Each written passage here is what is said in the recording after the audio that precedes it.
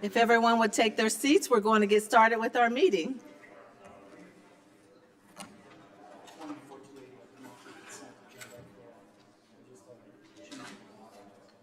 Okay.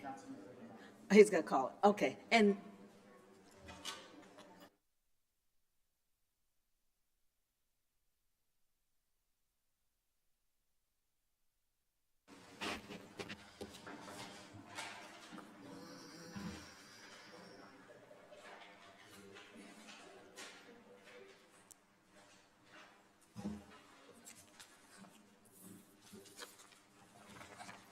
thank you.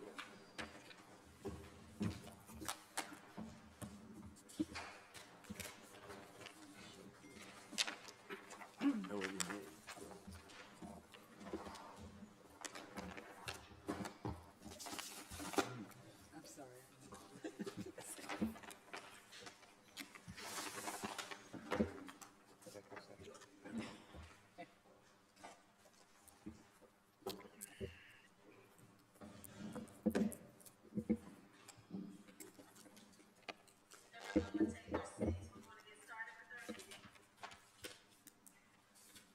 Sounds like an echo.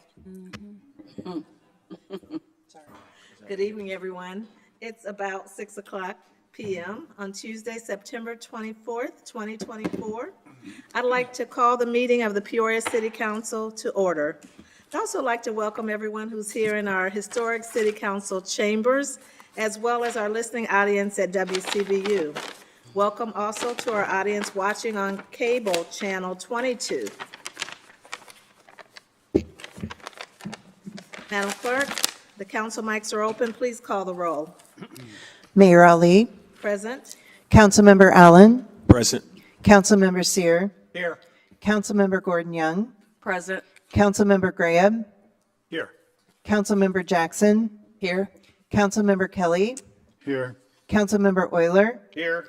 Councilmember Riggenbach, Here. Councilmember Valpula, Present. and Councilmember Vespa. Here. We have a quorum present, Madam Mayor. Thank you, Madam Clerk. Everyone, please join me and stand for a moment of silent prayer or silent reflection, followed by the Pledge of Allegiance.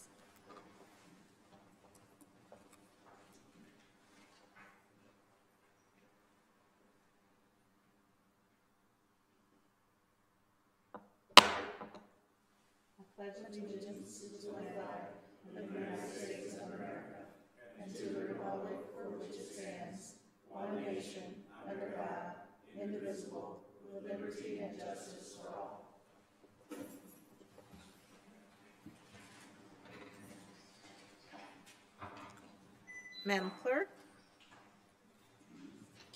We have two proclamations. we have two proclamations. The first recognizes Heiser's Garage and Autobody, and we have Mr. Norm Heiser, owner of Heiser's Garage and Autobody, and Mrs. Barb Heiser, owner of Heiser's Garage and Autobody. Can you please come forth? Just right down to the podium.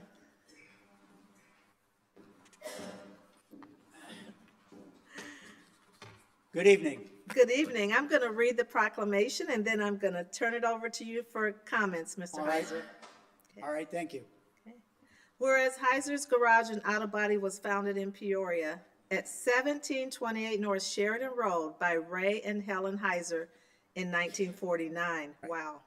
The shop began as a fuel station, grew to a full machine shop serviced by the three sons of the family, Gene, Russ, and Norm Heiser, and has been owned and operated by Norm Heiser since 1971. That's right. And whereas despite lacking formal education, Ray Heiser left Caterpillar to start the shop and turned it into a business that would eventually provide for three families for decades on the cornerstones of hard work and customer service. And whereas Heiser's Garage and Autobody has seen many transformations over the decades, providing everything from mechanical services to autobody repair to muscle care restoration. It is now the only Central Illinois autobody shop that specializes in rust repair. And whereas Norm Heiser prides his business on his ability to make personal connections with customers, always putting them first while providing high-quality service. And whereas the Heisers have also positively impacted the community by supporting local charities, raising over $56,000 for St. Jude Children's Research Hospital over the past 20 years. Now, therefore, I, Rita Ali, Mayor of the City of Peoria, Illinois, do hereby celebrate the 75th anniversary of Heiser's Garage and Autobody in Peoria, Illinois.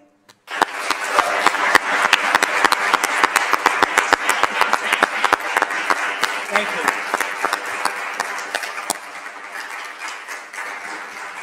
Thank you. If I could take just a few minutes of your time, I'd like to give you a brief history. I think you'll enjoy it. I would like to take this opportunity to thank the mayor of the city, Mayor Ali, and the city council members for giving me this proclamation. Thank you for giving up your busy time. I would also like to acknowledge the cooperation of the city of Peoria, the Peoria Police Department, for their protection whenever needed, which allowed me to stay in business for 75 years. There is a lot more to this story about the beginning of our business than will allow me tonight. But I just want to try and give some highlights of how the business was started and where I am today with Heiser's Garage and Autobody. Back in the mid-30s, Dad and Mom, Ray and Helen, began their marriage working like any other couple. Along came Jean, 1937, then Russ was born in 1942, and myself in 1948. Dad worked at Caterpillar, worked on cars at night in the backyard in a one-stall garage at the corner of Ashley and Nebraska, where we lived there until 1958. Dad had only a third grade education. Mom finished the 10th grade for her education. Then in 1949, Dad, still working at Caterpillar, made a bet with some of his co-workers. Here is the original bet. March the 8th, 1949. It's dated. So a bet was made. Dad wanted to go in business for himself. That was the thing. The bet included a box of Dutch Master cigars and a fifth of Four Roses whiskey. That Dad would start his own business in the auto repair. The bet was on, and in September of 1949, Heiser's Garage and Machine Works was born.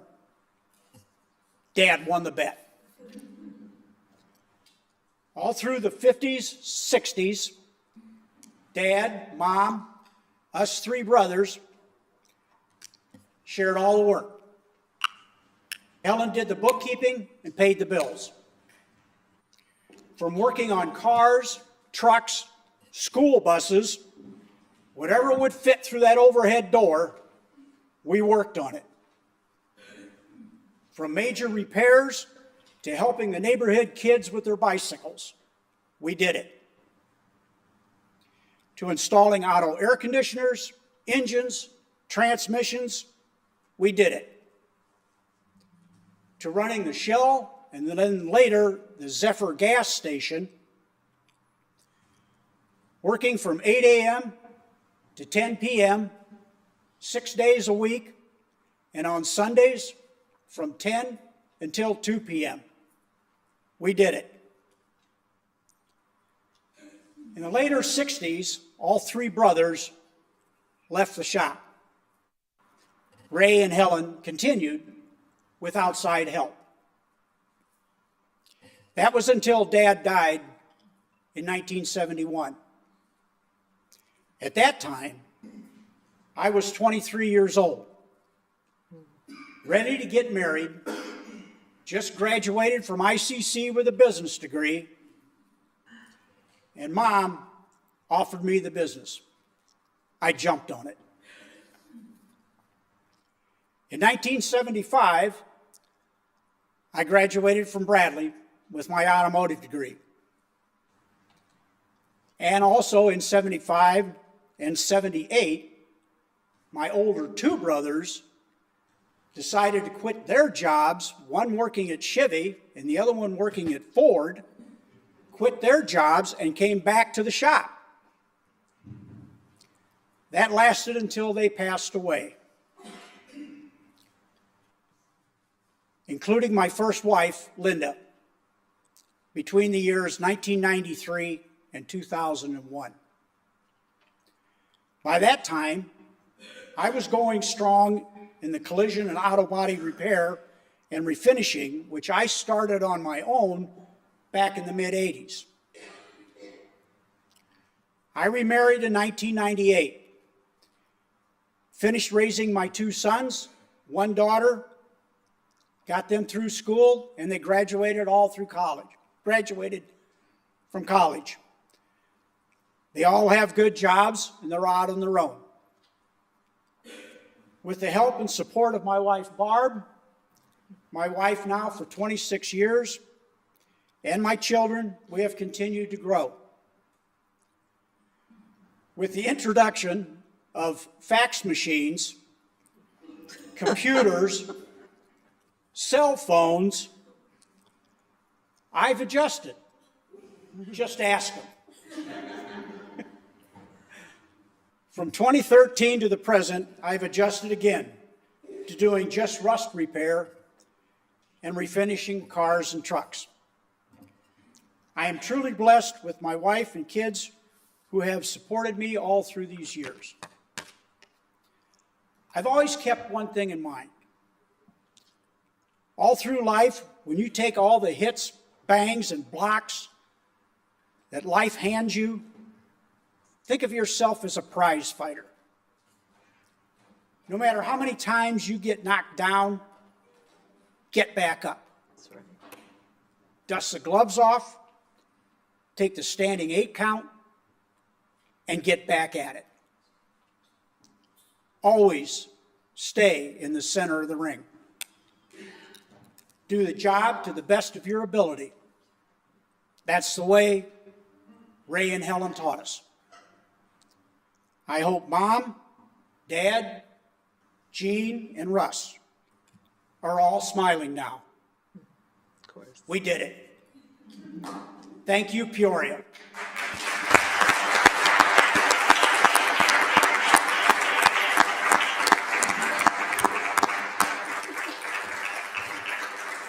Thank you. Thank you for sharing that beautiful story and just great advice, wonderful advice for anyone. Thank you, Mr. Heiser. Congratulations. Thank you. Our next proclamation recognizes Head Start awareness, and we have Ms. Joyce Banks, the Head Start Director at Peoria Citizens Committee for Economic Opportunity, known as PCCEO, and our new President and CEO of PCCEO, Mr. Charles T. White. Thank you for being here.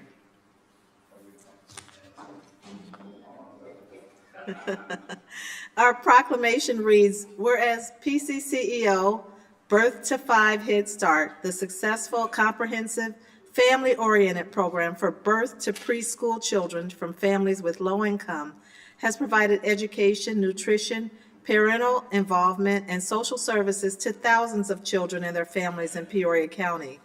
And whereas national research indicates that each dollar spent on comprehensive full-service early childhood programs results in over $7 in reduced public expenses.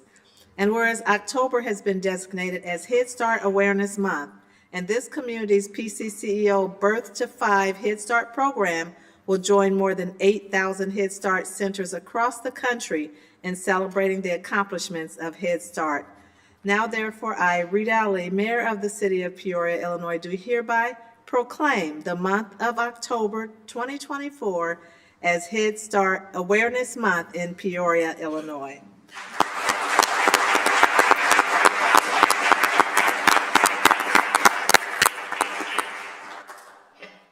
Mr. White? I don't know how to top Mr. Heiser's, but I'll try.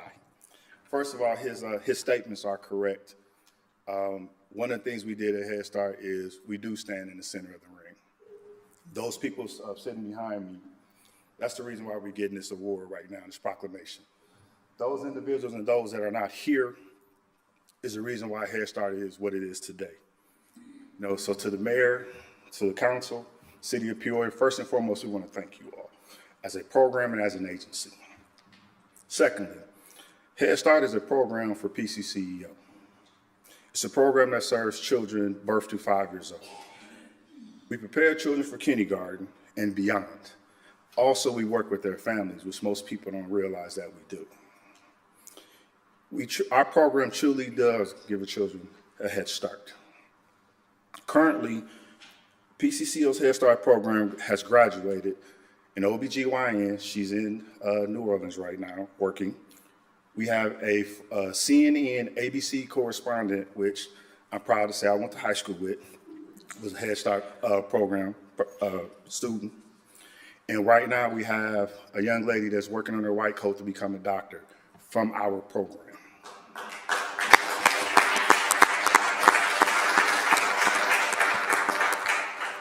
That's just letting you know that Head Start does work.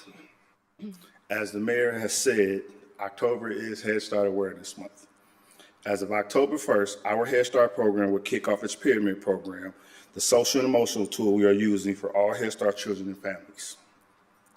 Our theme is, we work better together every day. Our Head Start children will recite these words: we are responsible, we are united, and we are powerful. Our teachers will use these themes and words daily as acclamation and examples of how we are better together, which is a theme that we should use as our community. We are responsible, we clean up after ourselves. We are united because we help each other. We are powerful because we work together. We exercise and we get stronger as a team. The Peoria community will see banners with these words throughout the city. We want you to join us in saying, and I'm asking everybody to say this with me right now. Repeat after me. We are better together. We are better together Every day. every day. Use these words, responsible, united, and powerful, as you go on your journey each and every day. The reason why we are so successful as a program, because we work as a team. No one is more powerful than that. I was recently promoted, as Madam Mayor said, to the CEO of PCCEO, but I came from the Head Start program. So when I say Head Start works, not only does it work for the students and families, it also works for employees as well. So on behalf of the program and the agency, I want to say from the bottom of my heart and their hearts, we truly are blessed, and we thank you all for this proclamation. Thank you, President White.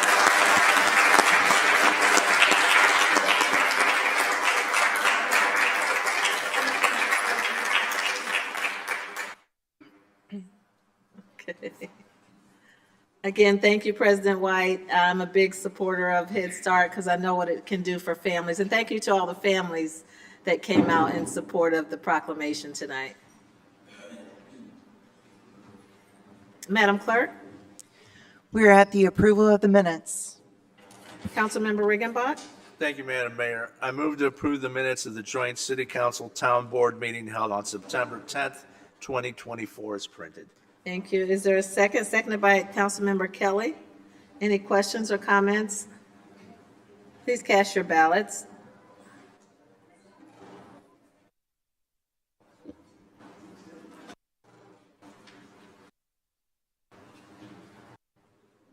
Everybody's works but mine. Oh, okay. It's me. All right, there we go. Motion passes unanimously. Madam Clerk? We are at public hearings. 24-268, is a public hearing regarding the proposed annexation of 9910 North Orange Prairie Road in Dunlap, Illinois. And we need a motion to open the public hearing. A motion to open, moved by Councilmember Allen, seconded by Councilmember Gordon Young. Okay, any comments or questions? Please cast your ballots.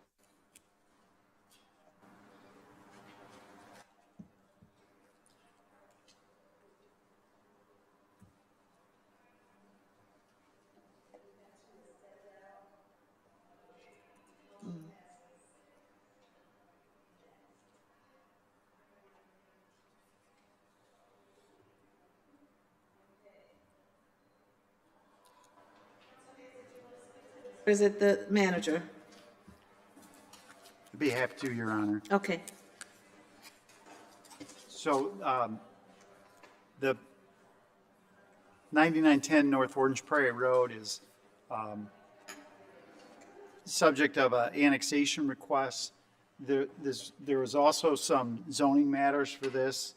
The use is going to be an outdoor entertainment facility with a number of amenities that would complement the uses in the area because of the Louisville Slugger facility and many hotels in the area. And so this matter was before the council a few years ago, was approved. The new item is a larger use, some more amenity, but a very similar use to the previously approved. I think there's a number of attractions there, a mini golf, outdoor go-karts and things like that. Right. For the amusement of individuals that might be in that area for the other tourism attractions. So this is the request for annexation, and the zoning matters will be before they're on the agenda later in the evening tonight. Okay. Thank you. Thank you very much. We have opened the public hearing. Is there anyone present who would like to speak to item 24-268, a public hearing regarding the proposed annexation of 9910 North Orange Prairie Road in Dunlap? Again, is there anyone present that would like to speak to the public hearing regarding the proposed annexation of 9910 North Orange Prairie Road in Dunlap? And last, for the third time, is there anyone present who would like to speak to the public hearing regarding the proposed annexation of 9910 North Orange Prairie Road in Dunlap? I would ask for a motion to close the public hearing, moved by Councilmember Allen, seconded by Councilmember Gordon Young. Please cast your ballots.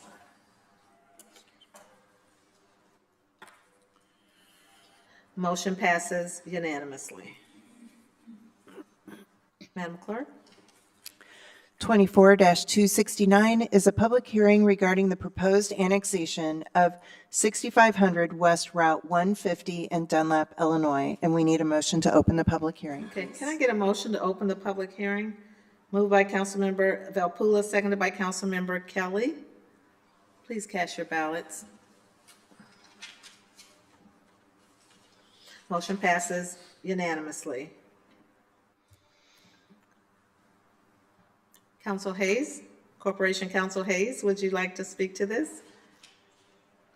Or Yes, is it? could we have was there already the motion to open the public hearing? Yes. on Yes, this there one? was. As well, okay, thank you, sorry.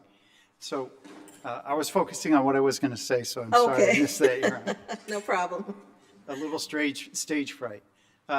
So as the council knows, there's a development out on 150 that includes Haven on the Farm. That's an entertainment and wedding venue. There's additional property there adjacent, held by Pringle Technologies, and there is not presently sanitary sewer to that site. To bring the sanitary sewer to that site, we've struck an agreement with Illinois Department of Transportation to annex in the Illinois Department of Transportation Service Facility on 150. That's immediately across 150 from the Haven on the Farms development. The sanitary sewer will route along that property edge to supply sanitary sewer to those facilities. As part of this annexation agreement and in recognition of the sanitary sewer easement being granted and the annexation into the property, we've arranged for a waiver of the otherwise stormwater fees that would be due from the Illinois Department of Transportation.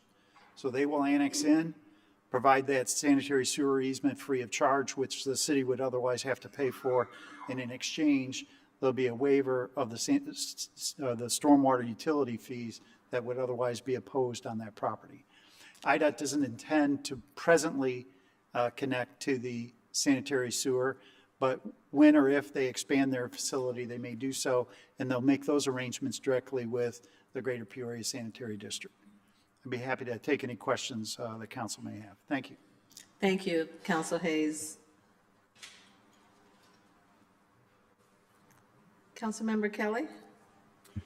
Thank you, Madam Mayor. I don't know precisely who to address this to, but, and perhaps in the paper packets, there was information on these two public hearings. On the iPads, no. And so it's, I know we're not deciding these at the moment, but it'd be nice to have that info, although I think it's down lower in the agenda.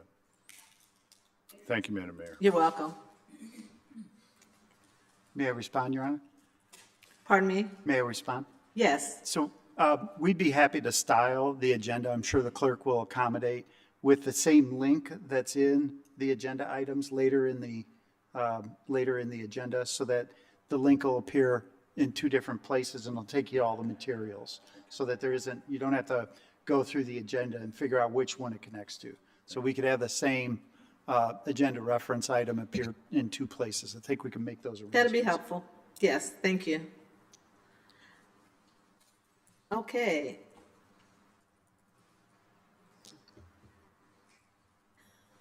Okay, Paul. Is there anyone present that would like to speak to item 24-269, the public hearing regarding the proposed annexation of 6500 West Route 150 in Dunlap, Illinois?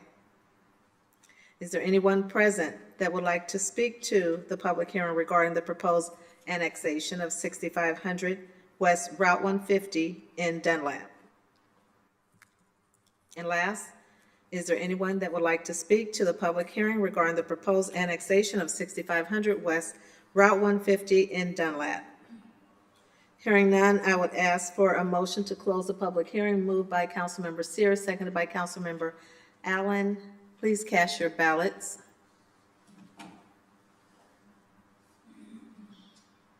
Motion passes unanimously. Thank you. Madam Clerk? We are at the consent agenda. 24-270 is a communication from the City Manager and Director of Public Works with a request to approve the low bid of Baum Company, Inc.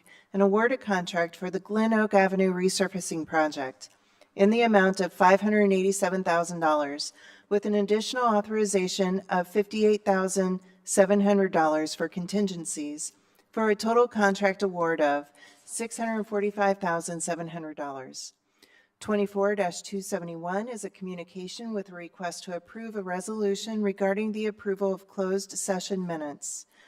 24-272 is a communication with a request to concur with recommendation from the Planning and Zoning Commission and staff to approve a resolution approving the Caligar subdivision plat with waivers for the properties located at 9310 North Fry Road, Peoria, Illinois. 24-273 is a communication with a request to concur with the recommendation from the Planning and Zoning Commission and staff to adopt an ordinance approving a special use in a Class R4 single-family residential district for a short-term rental for the property located at 2530 West Sherman Avenue, Peoria, Illinois. 24-274 is a communication with a request to concur with the recommendation from the Planning and Zoning Commission and staff to adopt an ordinance approving a special use in a Class R4 single-family residential district for a short-term rental for the property located at 2018 West Cattell Street, Peoria, Illinois. 24-275 is an appointment by Mayor Ali to the East Village Growth Cell with a request to concur of Lushant Nund. 24-276 is an appointment by Mayor Ali to the Metropolitan Airport Authority with a request to concur of Michelle Conger. And that concludes our consent agenda. Thank you. Are there any items to remove from consent? Councilmember Riggenbach? No, I'm sorry. Oh, no, okay, I'm sorry. Can I get a motion to approve the consent agenda moved by Councilmember Seer, seconded by Councilmember Gordon Young? Any questions or comments? Please cast your ballots. Motion passes unanimously. Madam Clerk? We are at regular business. 24-277 is a communication from the City Manager and Corporation Council with a request for the following. A, adopt an ordinance authorizing the execution of a real estate sale and purchase agreement for the tower on Adams Properties. And B, adopt an ordinance amending the City of Peoria 2024-2025 biennial budget relating to the general fund for the purchase of the tower on Adams property, as well as due diligence costs in the amount of $1,800,000. And item B requires a 2/3 vote of council members voting, no less than 6 votes. Mr. Manager, Corporation Counsel? Thank you, Madam Mayor.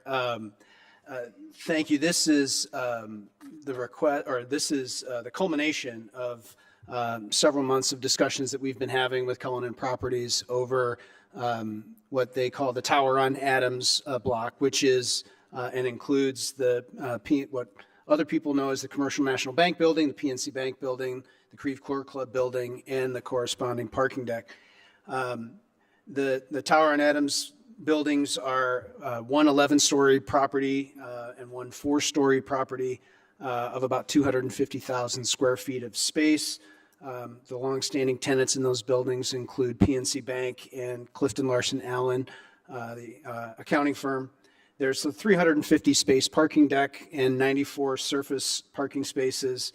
And obviously it's an old historic building. It's been around for a very long time. It was part of the contributing structures in our downtown, historic downtown designation that was created several years back. So consistent with the city's efforts in our strategic plan to focus on restoring current buildings and commercial spaces and to support the conversion of commercial space to mixed use, we're coming forward to you this evening with a request to purchase these properties from Cullinan Properties. As I mentioned, we've been talking with them since May on this, but a sale would allow the city to pursue a developer that can assemble the requisite tax credits and holding periods that would be needed for the property. The short-term public ownership, we anticipate this to be short-term public ownership, affords the city the opportunity to vet the new owners and developers to ensure a consistent vision and that the financial capabilities are there to complete this development. So our next steps as city staff obviously would be that we would undertake the due diligence period. If council approves this evening, we would have 30 days to do the due diligence, and we would look to close around October 25th. And then with that, we would get an assessment report of the building and of the parking structures, which then we would share with the developers so that they would understand and know what was going into the buildings. And then we would immediately work to develop and issue a developer request for qualifications so that we can work through that process. I think from the city's perspective, Rick Joseph is here, who is representing Cullinan Properties. We want to publicly acknowledge Cullinan Properties for their ability to acquire the properties and to work with us as we look to acquire it and then find a developer that's willing to move in the direction that we think that it can go with the historic tax credits that would be necessary to develop it, and then the requisite holding periods as well. So from that, I think city staff would be happy to answer any questions the council may have. Mr. Manager, I recall a number of years ago when the city owned property, I believe it was on Adams Street, that the city was wanting to attract developers, and they actually held an open house in the facility, invited the public, invited especially developers that they kind of targeted.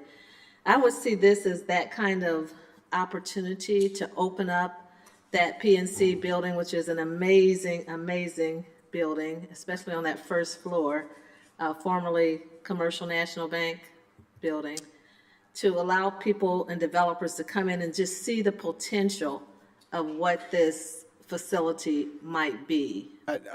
We would certainly be open to doing something like that and making sure that we offered that for the developers that would express interest. I think that, I think that from the city's perspective, this is an important block, and it's an important block that we ensure that we have the right developers come in with the financial capabilities to make this work.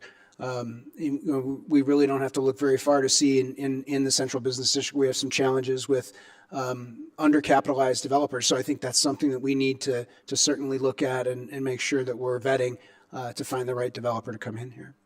And what is trending in downtowns all over the nation is a combination of residential and commercial properties, multi-use facilities. Do you see this building or any of those buildings as having that potential? Absolutely. Okay. All right, thank you. Comments, questions? Councilmember Euler? Thank you, Madam Chairwoman. I had high hopes of what the current owners were going to do in developing this structure, and I'm disappointed that we're in a situation where we have to end up buying this complex and moving forward with it, but I do think that it's a necessity that we do so.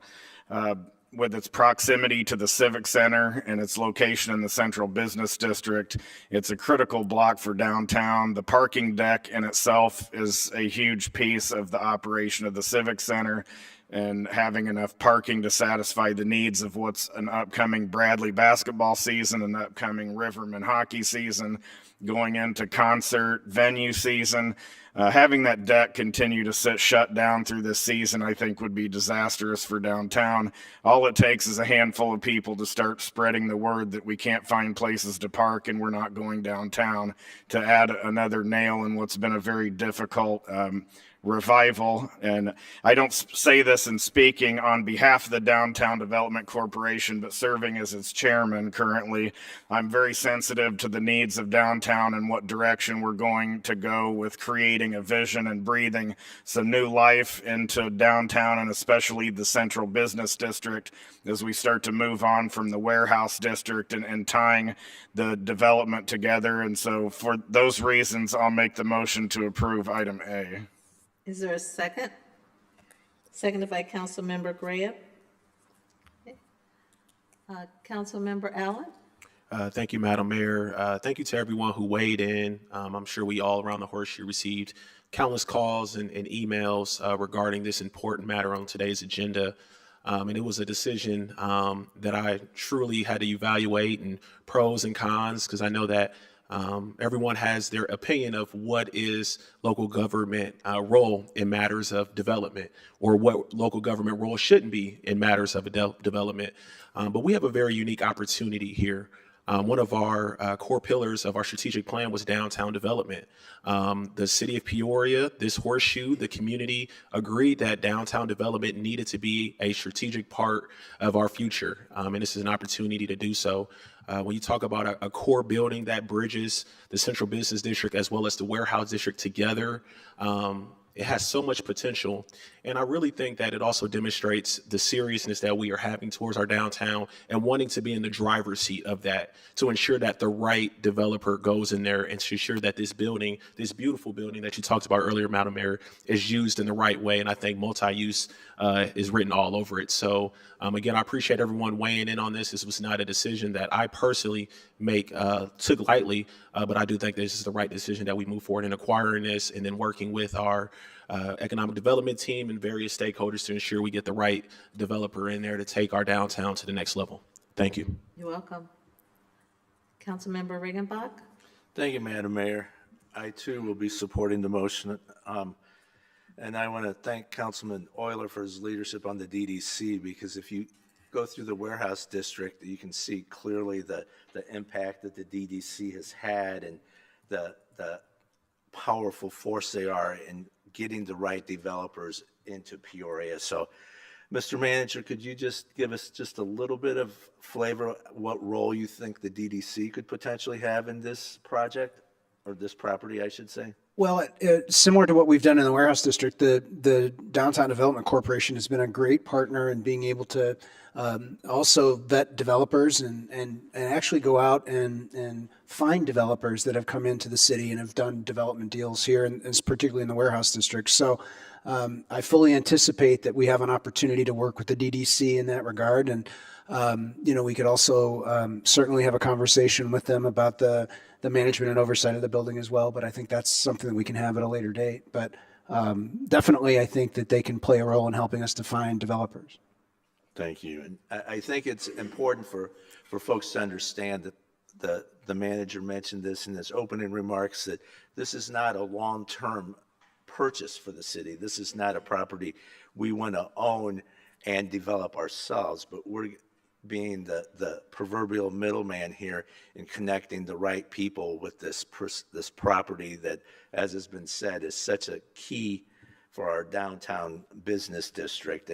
And again, I can't help but stress the value that the DDC has played in the warehouse district thus far.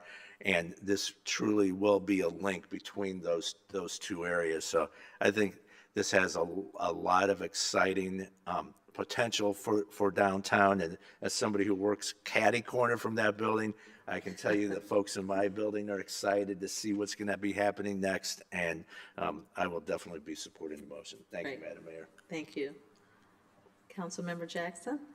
Thank you, Madam Mayor. Just a couple of quick questions, and these are questions that have been part of emails that have been sent to me, so I just kind of want to pass them along to give those individuals an opportunity to hear from the city. One of the concerns that I saw in an email was some residents voiced concern about the city not taking a risk on a property similar to what happened with the Hotel Père Marquette.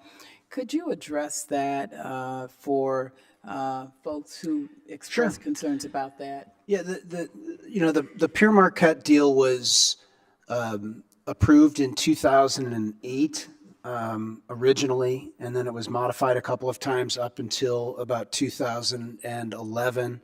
The city issued $32 million in bonds that were given to the developers, as well as a $7 million loan as part of that deal. That the goal was to build a hotel that was connected to the Civic Center. It did ultimately get completed. It is a going concern today. It is an important part of our downtown. But the developer did have financial problems and went into bankruptcy and lost the hotel, and the city's subordinated loan was wiped out, so the city did lose funds in that effort. But we've restructured our debt that we have on that we issued, and the payments are being made to cover the debt. We have a new owner of the hotel today. That isn't the bank that acquired it in the banks and the pension fund that acquired it in foreclosure. So this is a completely different deal, though. We did not own the Père Marquette. We did not own the properties around the Père Marquette, but we were asked at that time to contribute significant amounts of money to develop this deal. In this instance, we're acquiring these properties at a price that I believe is very reasonable and very fair, that will afford us the opportunity to find a developer with the financial means to make this development successful. So I think it's completely different deals. Okay, thank you. One last question. You talked about the benefits of having the historic tax credits in a historic building that has a wonderful character. Mr. Manager, do you foresee in any way that that could delay the process of getting a developer sooner rather than later? No, I think developers that are accustomed to utilizing historic tax credits understand how this works. It's going to be a time consuming. It's going to be a lengthy process to do these developments. If we All we have to do is look at the development of the OSF mission headquarters. That was a 4-year project to get that project completed, and it's going to take time with a building of this size and of this complexity. But if we find the right development team, as they work through the State Historic Preservation Office, and these are by right tax credits that they're able to leverage. They'll be able to leverage not only federal historic tax credits, but state historic tax credits, because this is inside the River's Edge redevelopment zone.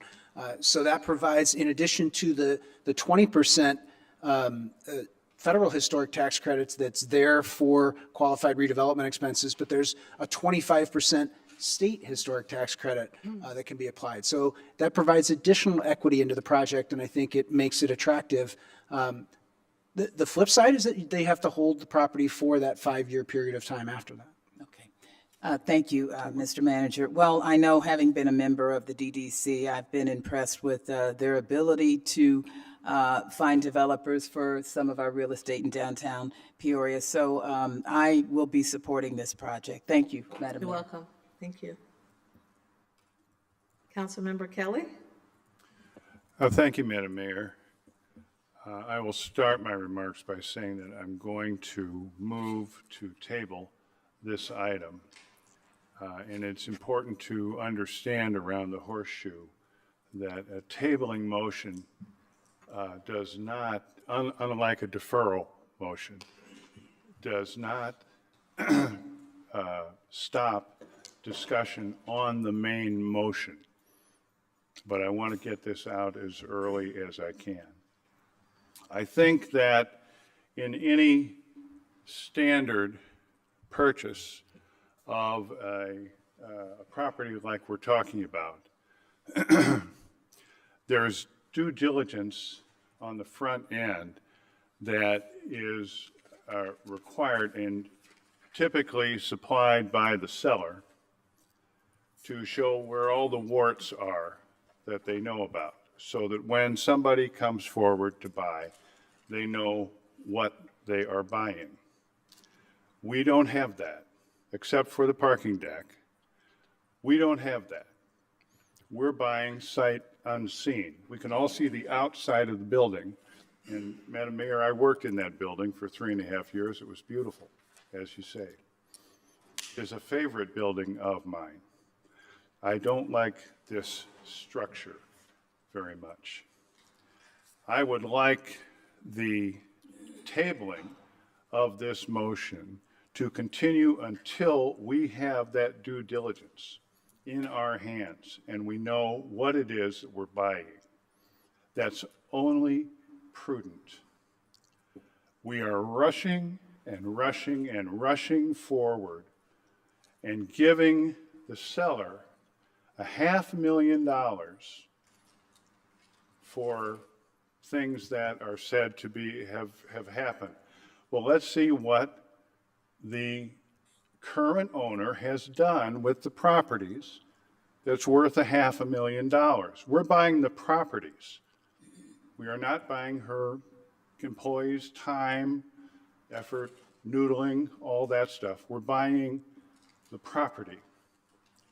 And if the seller has added $500,000 to the property since it was purchased, fine.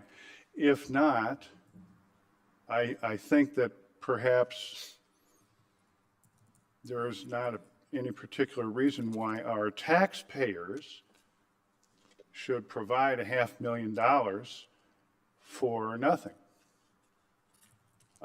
This really concerns me. I want this project to go. And I don't know that, first of all, getting our due diligence together, having some delay that will apparently cause. Before we make this decision, I think that's prudent for our taxpayers, for our citizens. And the same thing, I think, will be able to happen post. That is, we will show it to developers. The developers can use the tax credits. None of that will change.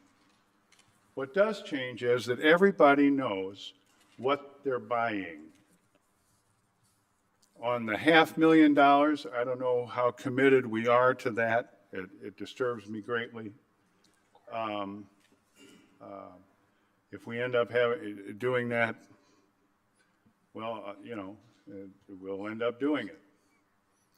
But I would ask the council to consider tabling this motion in favor of getting due diligence done on this building and reporting back to us, the buyers, what it is we're buying. Is there a second? Thank you, Madam Mayor. You're welcome. Is there a second to tabling the motion?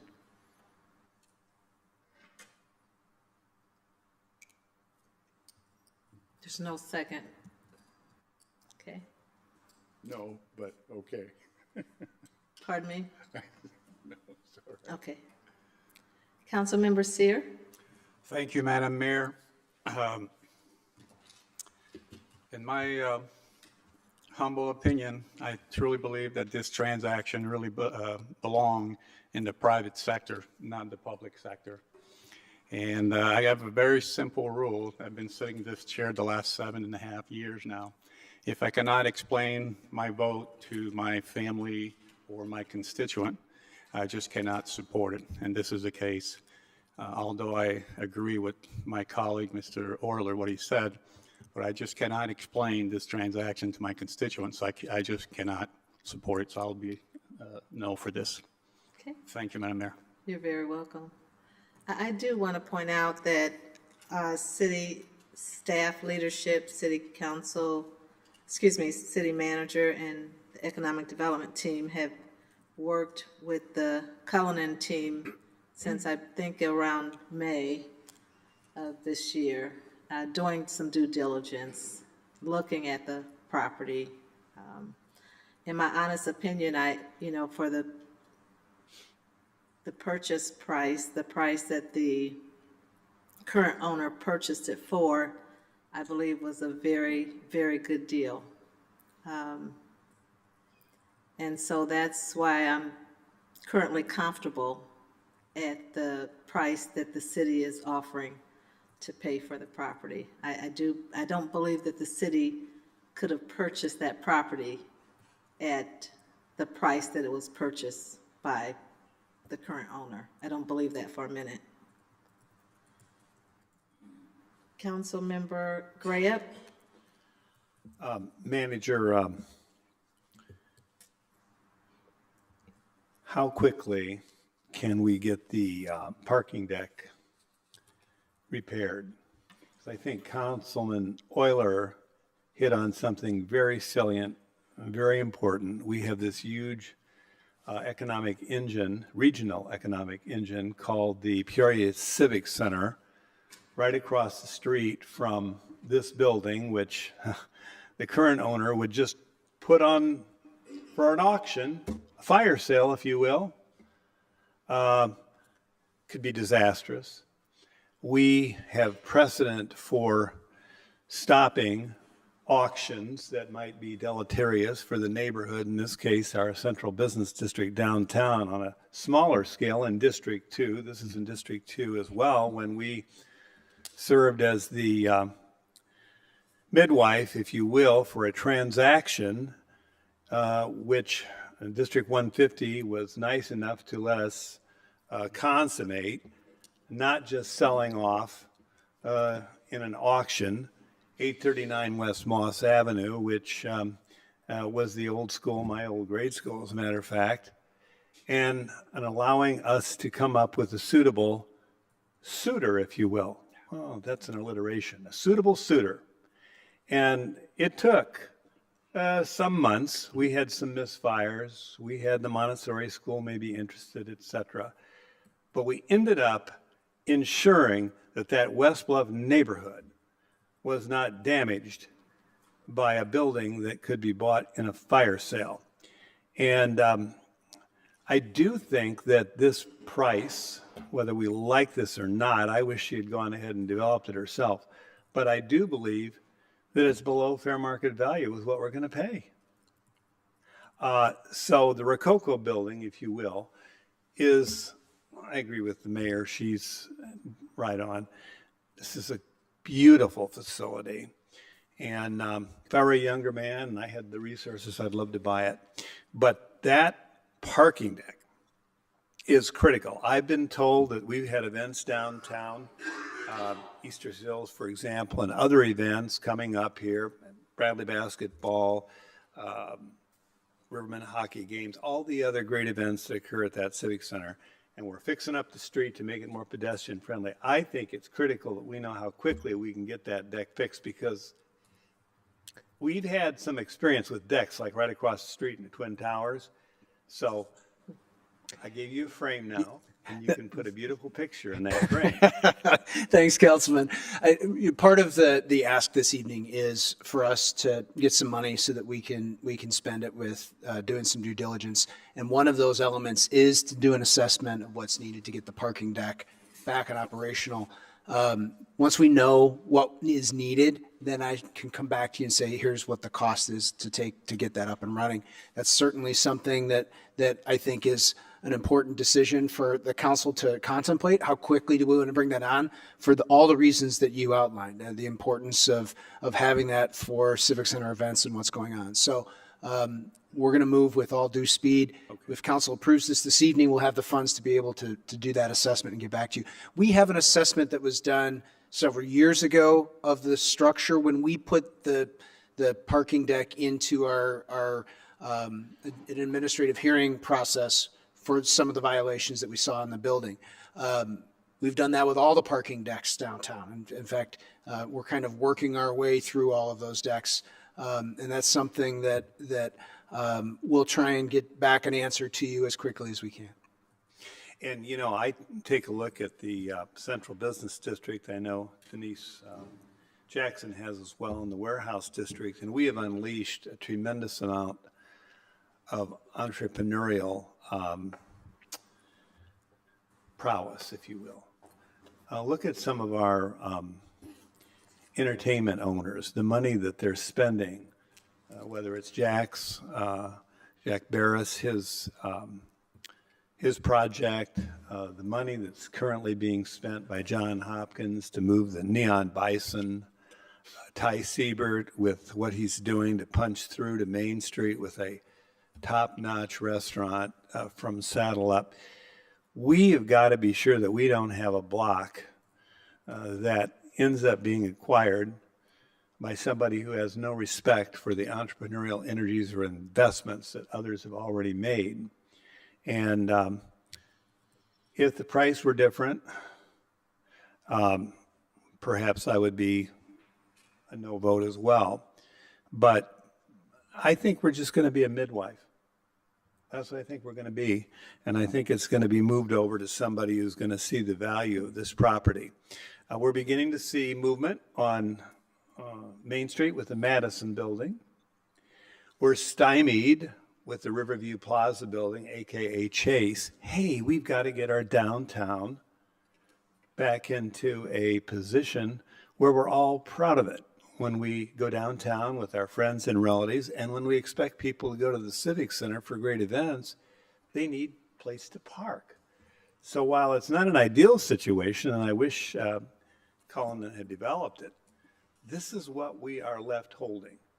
And so I think sometimes we make the best judgment under the circumstances and with the cards that were dealt. Mayor Ali. Yes, thank you. Thank you. Councilmember Velpula. Thank you, Madam Mayor. Like everyone, I also received several calls on this particular item.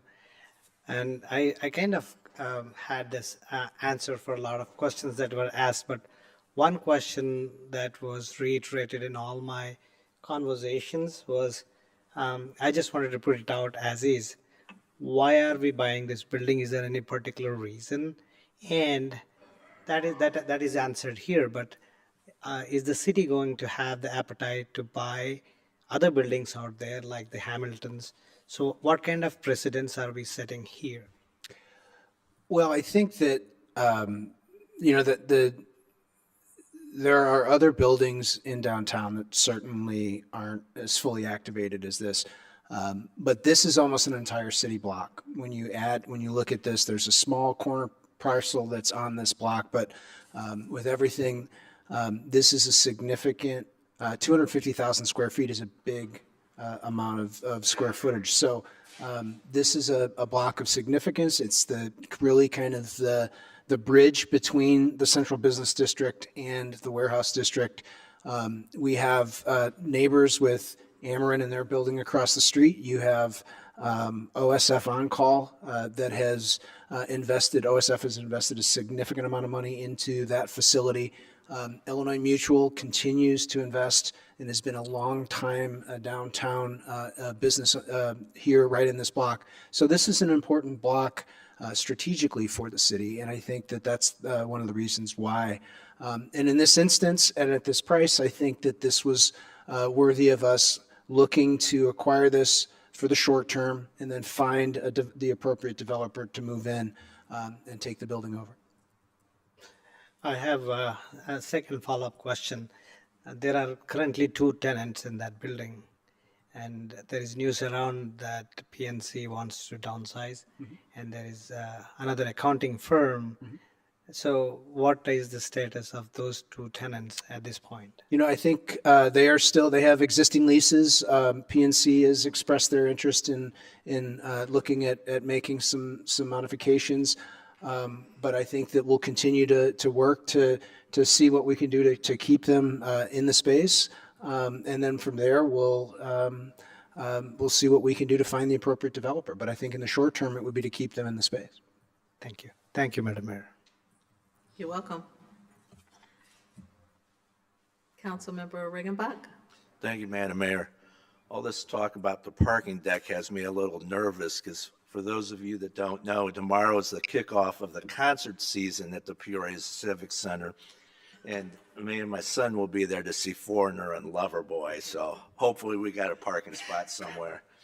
But seriously, Mr. Manager, in the council communication that actually references the fact that there will be continued due diligence. I know there's been quite a bit of work already done up to this point, but can you just assure us, I guess, or assure those who have concerns that this isn't sight unseen, you know, that there has been eyes on the building and discussions held and whatnot? The city staff has been through the building, both the economic development and community development team.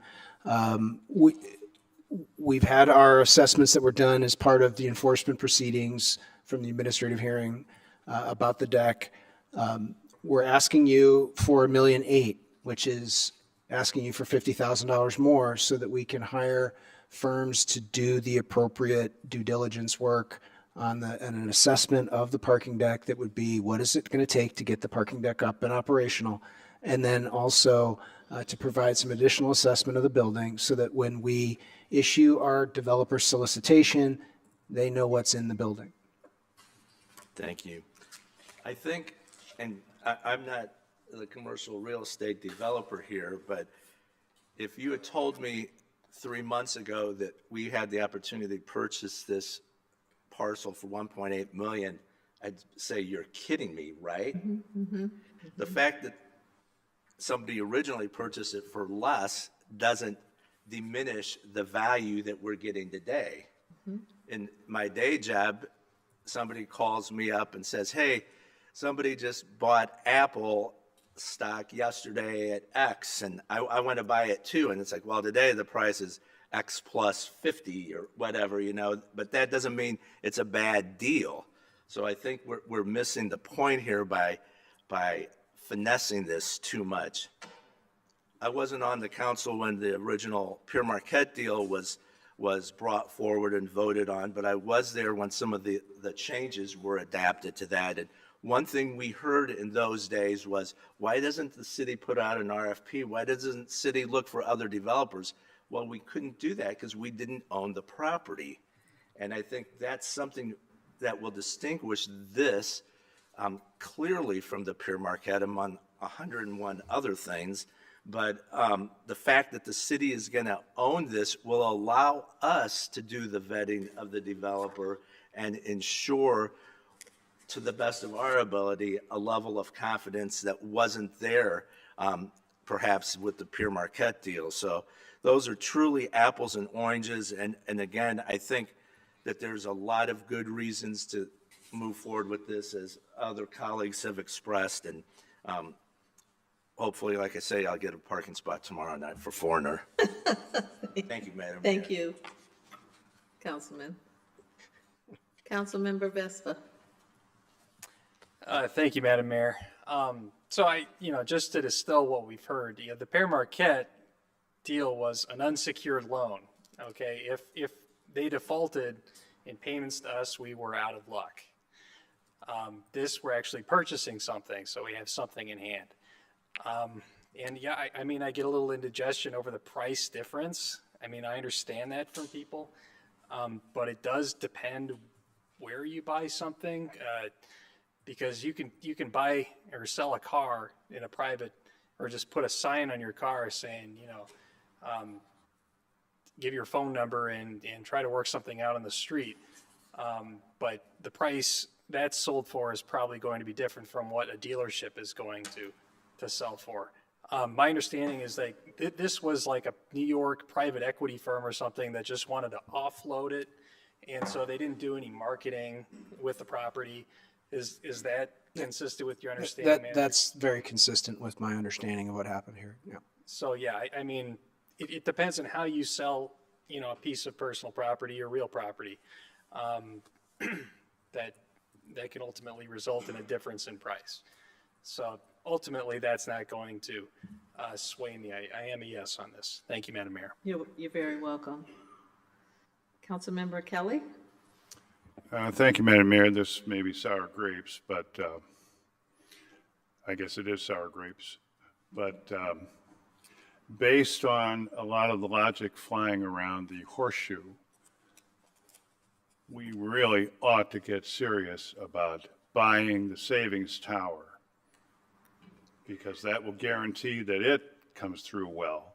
We ought to buy the old IBM area, because that'll make that successful. We should have bought the Pere Marquette, because that would have made that successful. I'm really not sure that we're making a lot of sense. No one can best me, I don't think, in my love for downtown and my wish to make our downtown extremely vibrant again. The way we do it, I think, is very important. And as Councilman Velpula said, I hope we're not setting a precedent here. We're not that smart. We're not real estate people around here, save one. And we're entering into a significant piece of liability that, if we're lucky, will work. But the current owner could do the same thing and hasn't. But so here we go. I know I'm going to lose on this, and please excuse the sour grapes. Thank you, Madam Mayor. You're welcome, Councilman Kelly. I heard the word opportunity about 5 or 6 times just going around the horseshoe, and also from the manager. And there's another O word that I want to use, and that's optimistic. I'm pretty optimistic that we're going to make this work for Peoria and for downtown Peoria. And with that, we have a motion on the floor to approve item A, and we have a second. So I'm going to ask everyone to please cast your ballots for item A. Motion passes with 2 nays, Kelly and Sear. Councilmember Euler? Thank you, Madam Chairwoman. Move to approve item B. Can I get a second? Seconded by Councilmember Graham. Any other discussion? Please cast your ballots. Motion passes with 2 nays, Kelly and Seer. Thank you very much. Madam Clerk. 24-278 is a communication from the City Manager and Finance Director Comptroller with a request to receive and file the 2025 revised budget timeline. Mr. Manager. Thank you, Madam Mayor. I'm going to turn the floor over to our Finance Director, Director Prairie. Thank you, Mr. Manager. It's that time of the year again. We're going to be kicking off the budget process on October the 8th. We'll be putting the budget on the table for consideration. We anticipate having the full review of the budget at the meeting on October the 15th, and then having meetings on the schedule every Tuesday until a tentative approval at the regular meeting on November the 12th. And with that, I'm available if there are any questions on the timeline, but kind of it's the time of the year.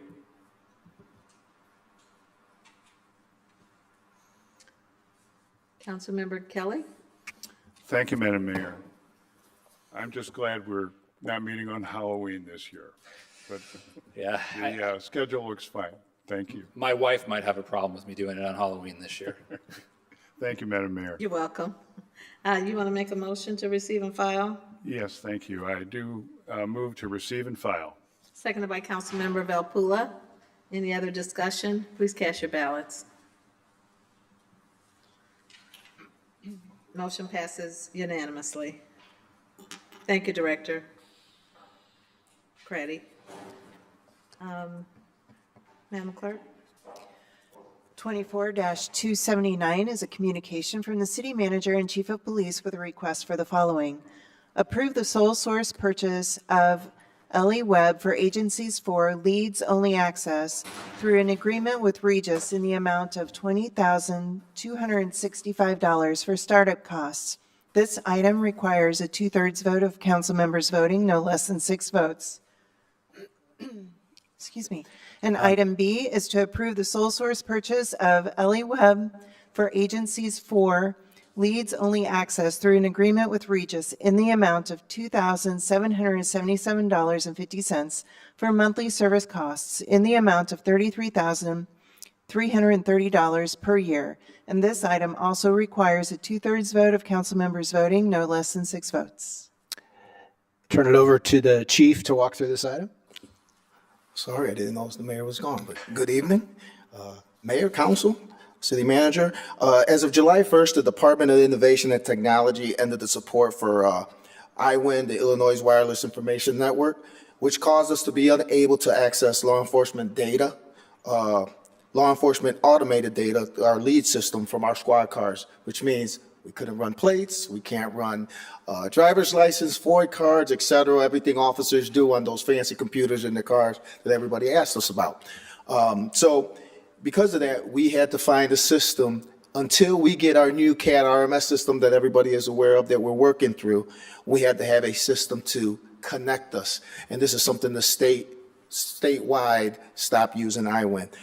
So we have gone with Regis. This is something we have to have. You can imagine the amount of radio traffic we would have if we're trying to run names, plates, FOIDs, VINs, et cetera, everything officers do in their cars through the radio system.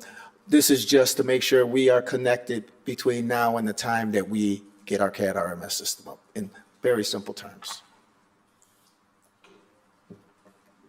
Okay, any questions for the chief?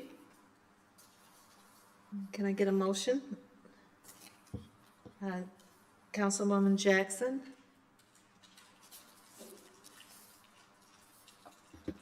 Thank you, Madam Mayor. I would like to make a motion that item number 24-279, Part A, be approved. Okay, item A. Yes. Seconded by Councilmember Kelly. Any discussion? Councilmember Graham? No, ma'am, I just wanted to move for approval or to second it, so. Oh, okay. All right, thank you. Please cast your ballots.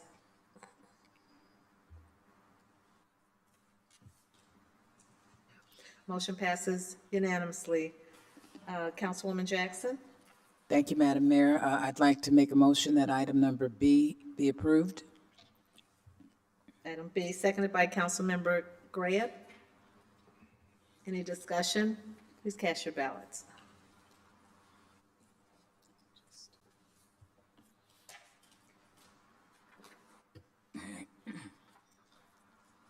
Just waiting for Jackson and Riggenbach.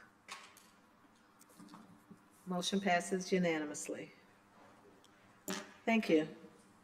Thank you. Oh, okay, stick around, huh, Chief? Yes, ma'am. Madam Clerk? 24-280 is a communication from the City Manager and Chief of Police with a request to approve an extension of the sole source contract with Dr. E. Anthony White for research partner services through September 30th, 2024, under the 2020 Bureau of Justice Assistance Strategies and Policing Innovation Grant in an amount not to exceed $31,250 and an updated total amount of $81,250 over the life of the grant. And this item requires a 2/3 vote of council members voting, no less than 6 votes. And on your desk in yellow, there is a handout with the updated communication. Okay, Mr. Manager. Thank you, Madam Mayor. Yes, there's an updated communication on your pack, in yellow on your desk. The dollar amount is different from what was in the council communication of $81,250. It's actually $84,500. So we would just simply ask that as this item comes up, that the dollar amount requested be amended to $84,500. And with that, I'll turn it over to the police chief to explain the content in this item. Okay, thank you, Chief. Yes, thank you. So in 2020, we received a grant prior to me being here for $500,000 to deal with our data sharing initiative. We received that through our strategic policing, through our SPI grant. And at that time, we needed to have a Dr. White or somebody to do the research part of this, and to get this grant, it was required. This is just an extension of that. We were in contract with him and then went out of contract. And so while we were in contract, his rate was, it was a different rate, $62 an hour. And then after those 3 years, the rate went up to $71 an hour. And that is the difference, and that is a change, and that's what we're asking for. Okay, thank you, Chief. Councilmember Riggenbach? Thank you, Madam Mayor. I move to approve item 24-280, but amending the extension amount to $34,500 and updating the total dollar amount to $84,500 to reflect the corrected contract amounts. Yes. Is there a second? Seconded by Councilmember Valpula. Any discussion? Please cast your ballots.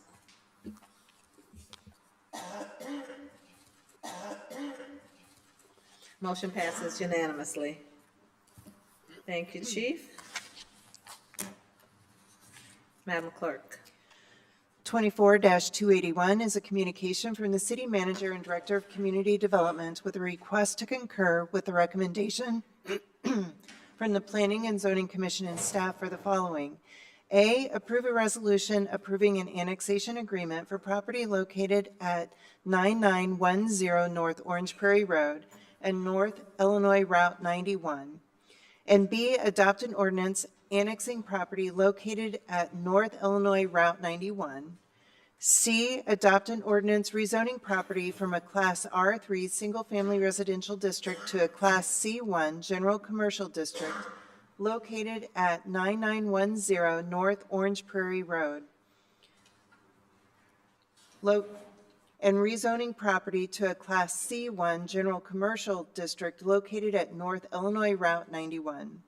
And D, adopt an ordinance approving a special use for outdoor recreation for property located at 9910 North Orange Prairie Road and North Illinois Route 91. Mr. Manager? This item is the, as we had the annexation agreement on this item earlier, so this would be the approvals necessary for the amusement activity in the annexation agreement that would be approved by council for this item, and I think that the district councilman may want to talk about this item. Right, do we want him to go first or Ms. Allison? I think we'll defer to the councilman at this point in Okay, time. Councilmember Allen? Lucky me. Thank you, Madam Mayor. No, thank you so much to Assistant Director Allison. She has been working with me on this particular project.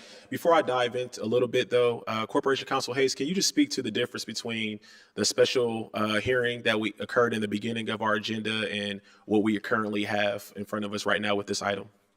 Just for the listening audience, just so they don't be confused. We deal with an annexation a little differently and attend to some public hearing formalities related to that, driven by our longstanding practice and statutory requirements for other types of annexations. So we do hold two different public hearings for annexation matters. One, the agreement is included in the issues considered by the zoning board because the zoning issues are connected to the annexation agreement. And then this council has an additional opportunity for the public to come forward on annexations at the hearing this evening. The annexation is slightly different than the other items that are being approved. And so we set that apart. Thank you. No, thank you for the clarification there. Assistant Director Allison, can you just provide any context to this particular matter, and then I'll add some additional comments. So this is an annexation of about 4.5 acres proposed to be added to an existing 9-acre parcel that's already in the city corporate limits.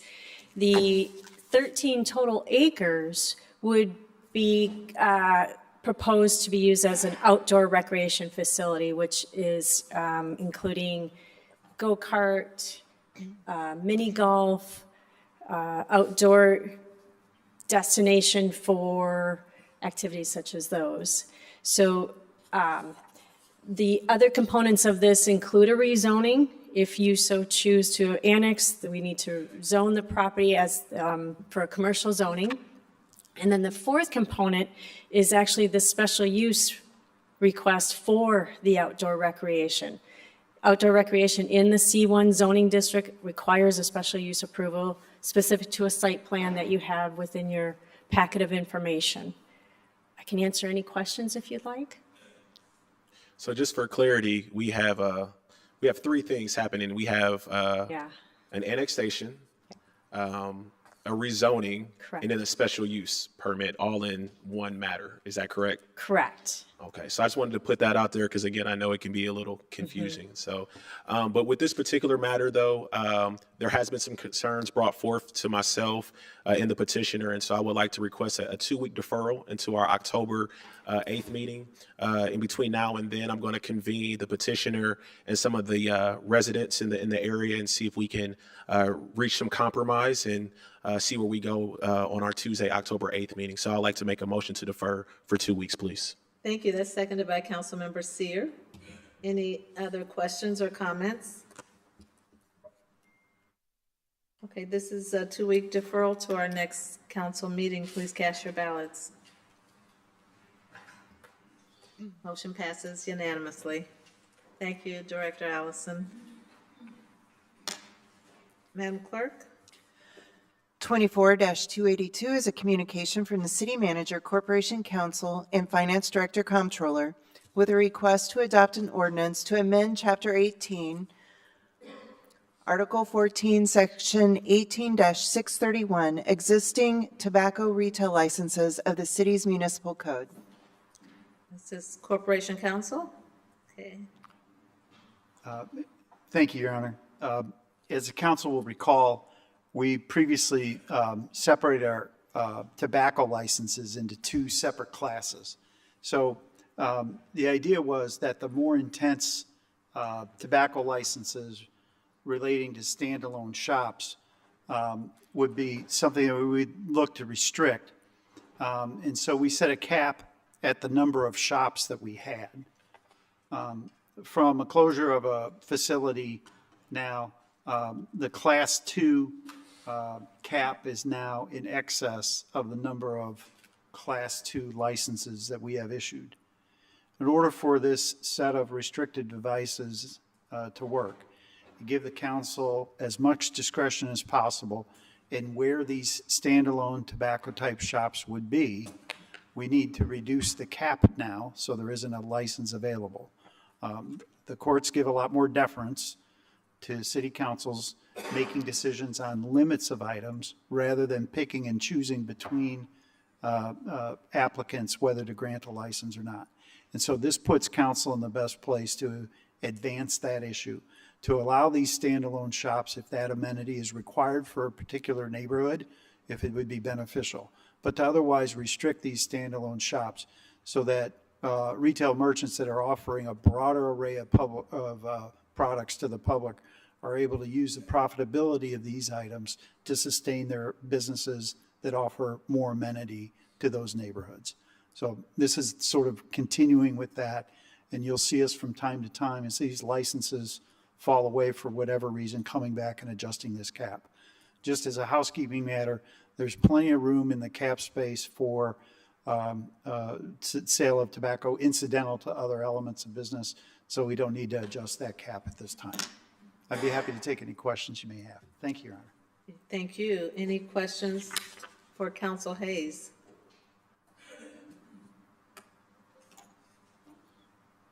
Councilmember Kelly? Thank you, Madam Mayor. So, Council Hayes, I'm not sure I remember this occurring with our. So, is it the aim of the city to continue to reduce these licenses until there are zero?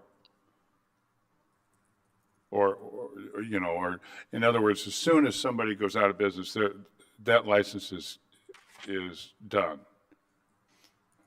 I think that people could interpret it that way, but that's not why it's being advanced by staff, and it's not consistent with how the matter was designed. The reason that the cap is being reduced is not to say there won't be any additional standalone tobacco retailers. It's to give the council the maximum discretion of where those outlets are going to be authorized. And so, in my view, the council has not indicated there shall be no more. It's just we want to be able to carefully consider where these single item outlets will exist so they don't proliferate in a certain area or they don't tend to cannibalize other businesses that might need that profitable item in order to maintain and keep their doors open. You know, somebody should be able to go down to the neighborhood store and buy milk and bread. But if the vape store damages the profitability of an outlet like that, we lose those small merchants. And so that's the theory behind it all. I understand that this is an unpopular business, but I didn't see in the council communication any recommendation or whatever to say. And so now we think that a better location would be over here. We're just saying we're going to get rid of it. I don't know that the council said that. Now, we can say that, as you say, but I don't know that. This is kind of news to me, that we're just going to keep going like this with the number of licenses and maybe finally wipe that whole business out in the city. I mean, I'm sure there are plenty of people who wouldn't mind it being wiped out in the city, but there are plenty of patrons as well. I mean, we're just knocking this one down. We're not finding a better location, according to us, of a tobacco shop, right? Well, there's no applicant before us. This business went out of business for other reasons, and so that gap in that arose. The purpose of the ordinance is give the council the highest probability of telling an applicant no that wants to go in the wrong spot and not lose a challenge in court. That's the single-minded purpose of this whole system and why we adjust it as we go. But the council's free to grant this use anywhere that an applicant brings forward an application and says, this is a place I want it. And if the council agrees, you're free to adjust the cap. What would happen would be, there'd be an item before you, there'd be a recommendation for approval, and it would be in an A and a B. Grant the license and adjust the cap to allow that license to be issued. And we don't do this with any other retailer, any other type of retail, right? It is a creative solution to give the Yeah, council it's maximum creative. discretion. Yes, sir. I don't know. I don't like getting in there this deeply. It sounds like the cap is going to get reduced, but if we want to, we can increase the cap, and then we can decrease the cap, and, you know, but likely, in my opinion, we'll probably never increase the cap. I don't like this kind of ordinance. I think, once again, I'll be alone and vote against it. Thank you. Thank you, Madam Mayor. You're welcome, Councilman Kelly. Councilmember Seer, Thank you, Madam Mayor. Move to adopt the ordinance as amended. seconded by Councilmember Euler. Continued discussion, Councilmember Gordon Young. I was going to move to adopt, but I would like to say, I think a simple way to look at it for Councilmember Kelly is, for example, we don't want 5 standalone stores within a 2-block radius, particularly in some of the most marginalized communities. And often that happens. And so that's what comes to mind for me, although there are some other areas in this city where it is quite prevalent. So I agree. Okay, Thank you. you're welcome. Councilmember Graham. Yes, rejoinder to my favorite councilman, Councilman Kelly. Councilman Kelly, I've been an at-large councilman for 12 years and moving in on 12 years as a district councilman. You haven't lived until you have a district. And you have a tobacco store where there's all kinds of mischief going on. And the difficulty with our police department proving, and the resources that it takes, proving that this mischief is going on to the detriment of the neighborhood, to our children, and our entire city. It is an enormous undertaking to regulate not only our liquor establishments, but our tobacco establishments. So this is a move in the right direction. As Corporation Counsel has said, we have flexibility on this. You know, I'm 100% enthusiastic about it, but I wish you could be a district councilman and get those calls about those tobacco establishments, especially the standalones. I remember when I was an at-large, the at-large people just simply, they're great and they understand. But when you are responsible for voting on everything, plus a particular geography or territory, and having granular understanding of where the pressure points are and what the people in neighborhoods are saying about the hanging around that's going on, the reports that you get that something other than tobacco is being sold, you develop an appreciation for what staff is doing for us tonight. An appreciation. Thank you. You're welcome.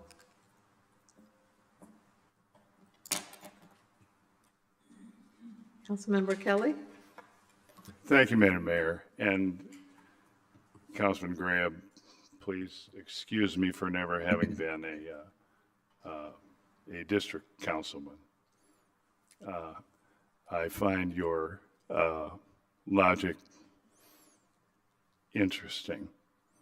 I do get around in this town, and I think the other at-large council people get around in this town.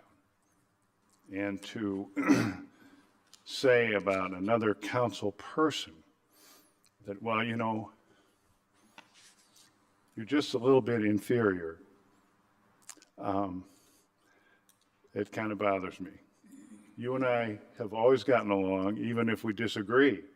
We've gotten along very well, and I'm happy about that. I'm not happy about your recent remarks, but thank you. And thank you, Madam Mayor. You're welcome. Okay, we have a motion and a second. Please cast your ballots. Motion passes with 1 nay. Kelly. Madam Clerk? 24-283 is a communication from the City Manager and Corporation Council with a request to approve the site application for a Class A tavern liquor license with on-site consumption and retail sale of alcohol for Tataboo LLC, doing business as Tataboo, at 631 West Main, contingent upon the issuance of certificate of occupancy with a recommendation from the Liquor Commission to approve. Mr. Manager, Corporation Counsel. So, North Main proprietor looking at opening a Class A tavern. There's been no request for any additional sub-licenses, so it will be a 1 a.m. close at this time. There's no request for an outdoor garden. I think that site had an outdoor garden permitted in the past, but that's not part of the request at this time either. Okay. I think Councilman Graham may have a motion at this point. Thank you. Councilmember Graham? Yes. I move to defer this for 2 weeks. Okay. Is there a second? Seconded by Councilmember Allen. 2-week deferral. Any other discussion? Please cast your ballots. Motion passes unanimously. Madam Clerk? 24-284 is a communication from the City Manager and Corporation Council with a request to approve the site application for a Class K rental hall liquor license with on-site consumption and retail sale of alcohol for Nickel and Dimes Incorporated, doing business as Tilted 10 at 2200 West War Memorial Drive, Unit XBA, with a recommendation from the Liquor Commission to approve. Council Hayes? This is a liquor use in an amusement setting, which we have been authorizing with a Class K rental hall license. Just so council's aware, we are looking at perhaps adjusting the way that we look at these types of amusements. But the Liquor Commission has recommended approval, and we're not prepared to move forward with those suggestions. But at some point in the near future, you may see an adjustment in the ways we deal with these amusement venues and bowling alleys and things like that. Thank you, Your Honor. Okay, you're welcome. Councilmember Allen? Thank you, Madam Mayor. To provide context, this is going inside of Northwoods Mall, their former Round 1 location, so we're very excited for Tilted 10 to come. We do have Kevin Jordan in the back representing Tilted 10. Appreciate you coming.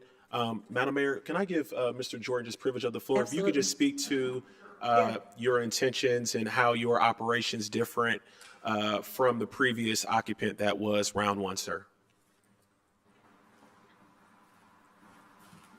Hello, my name is Kevin Jordan. I'm the Senior VP of Operations for Nickels and Dimes Incorporated.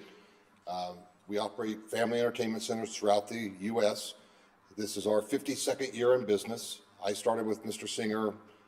November is my 45th anniversary for working for Mr. Singer. And what we do is family entertainment. One thing that we saw with Round 1, we're open until 2 a.m. We won't be open until 2 a.m. We'll be midnight on Friday and Saturday, 10 o'clock on the other weeknights. We also bring in bumper cars. We have much more of a family atmosphere, so you'll see when we open, we have two 18-hole blacklight miniature golf courses that are being done where the pool tables and the dartboards were. They're gone. In the front of the bowling area, there's now a bumper car arena that has 3 flip cars as well as 4 spin cars. The flip cars you actually strap in and gets spun vertical. We've eliminated the redemption store concept. We go back to the traditional redemption center. It's more one-on-one with the customers. And you'll see the mix of equipment. We don't have any of the rhythm games. We don't have any of the fighting games. It's more family entertainment, a lot of carnival games, a lot of video games. So you'll see quite a difference. Thank you, Mr. Jordan, for providing that context. I just wanted to illustrate the difference between both models. I know that there were some unfortunate incidents that happened at Round 1, and I wish that never occurred, but here we are, but definitely wish you all the best and look forward to you all opening up here in October and bringing my own family there. So without further ado, I would like to move to approve this item, ma'am. Did you just make the motion? Okay, seconded by Councilwoman Gordon Young. Sorry about that. Any other questions? Please cast your ballots. Motion passes unanimously. Thank you very much. Welcome to Peoria. We welcome Tilted 10. Yes. Madam Clerk. 24-285 is a communication from the City Manager and Finance Director Comptroller with a request to receive and file the month ended July 31, 2024 unaudited financial report. Mr. Manager. Thank you, Madam Mayor. I'd like to turn the floor over to our Finance Director, Director Craddy. In your packet was the July report. I'm happy to report that our revenues and expenditures, while slightly off budget, are on pace to be at budget by year end. We'll get more into that over the coming months as we kind of look at the budget, but kind of the initial review is we'll be kind of right on track with what we had laid out last year during the budget process. In terms of just a few of the other highlights, our sales tax numbers continue to remain strong. They're up over the previous year, as well as state income taxes. We are still continuing to see some of the softness in personal property replacement tax that we reported to council was going to be the case over the last couple of years, and will probably continue over the next coming years. The only item that's not in here that I just wanted to draw attention to council is with the August report, you will see that the Civic Center has paid back the full amount of their bridge loan. The Civic Center is still obviously completing many of the projects associated with that grant project, but on the August report, you will see that there is no outstanding debt from the Civic Center. And with that, I'm available for any questions. Any questions for Director Craddy? Councilmember Sear? Thank you, Madam Mayor. Director Craddy, thank you again for your time with the coffee with me yesterday. I don't really have any questions tonight. I feel like my colleague, Mr. Kelly, tonight, I'm just going to be a little sour. Thank you for making the correction for the Civic Center. I was going to mention that. I think that's important, especially for our constituent that are looking at our budget and these types of report that they're 100% accurate. So thank you for making that correction. I just want to point out maybe just a few things if anybody cares. I mean, the grocery tax that you mentioned to me, right, next year, we're talking about our deficit for the budget of $2 million. It's actually going to be $4 million, but that won't hit us until 2026. Is that correct? That is correct. So that won't hit us next year. Obligation for the pension is still going up every year. We all know that. But the personal property replacement tax, and you always make a comment in that report about how some of that goes towards the pension. Can you explain that just a little bit further? Because obviously, when there's a discrepancy, the general fund will take care of that, correct?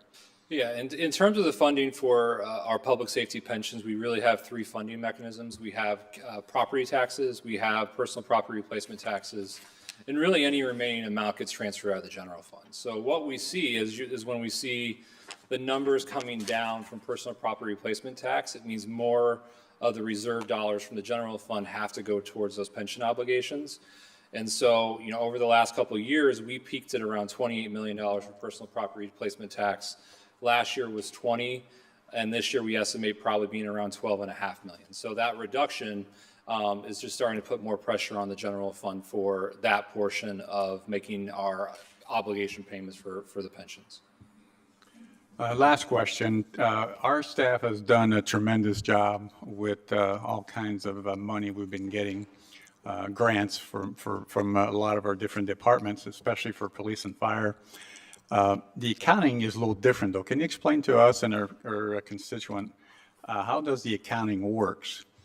Because these numbers are off, obviously, because, well, just explain it, please. Yeah, so really with grant dollars, we can have expenditures that are occurring during those time periods, and we recognize the revenue once we receive it. So things like the American Rescue Plan funds, we received the funds back in 2021 and 2022, but we don't recognize that revenue until the dollars are spent. So really, when you're looking at grant dollars, and I think we'll see it when we have discussions on the 25 budget, is it's really dollar in, dollar out. And so when the grant dollars are not at the same level, our revenues will drop, as will our expenditures. Thank you, Director. Thank you, Madam Mayor. I'm sorry, I didn't hear you. Thank you, I said. Okay, you want to make a motion? Sure, yeah. Move to accept the, what do you see here? Let me read the first page. Move to receive and file. Okay, seconded by Councilwoman Gordon Young. Councilmember Graham? If we could just put it in reverse for a minute, Director Craddy, on the repeal of the grocery tax at the Springfield state level. What did you say to Councilman Sear about that problem and when we might have to deal with that? So the grocery tax is repealed on the state level effective 1/1 of 26. So that will be an issue that will come up during the budget process next year.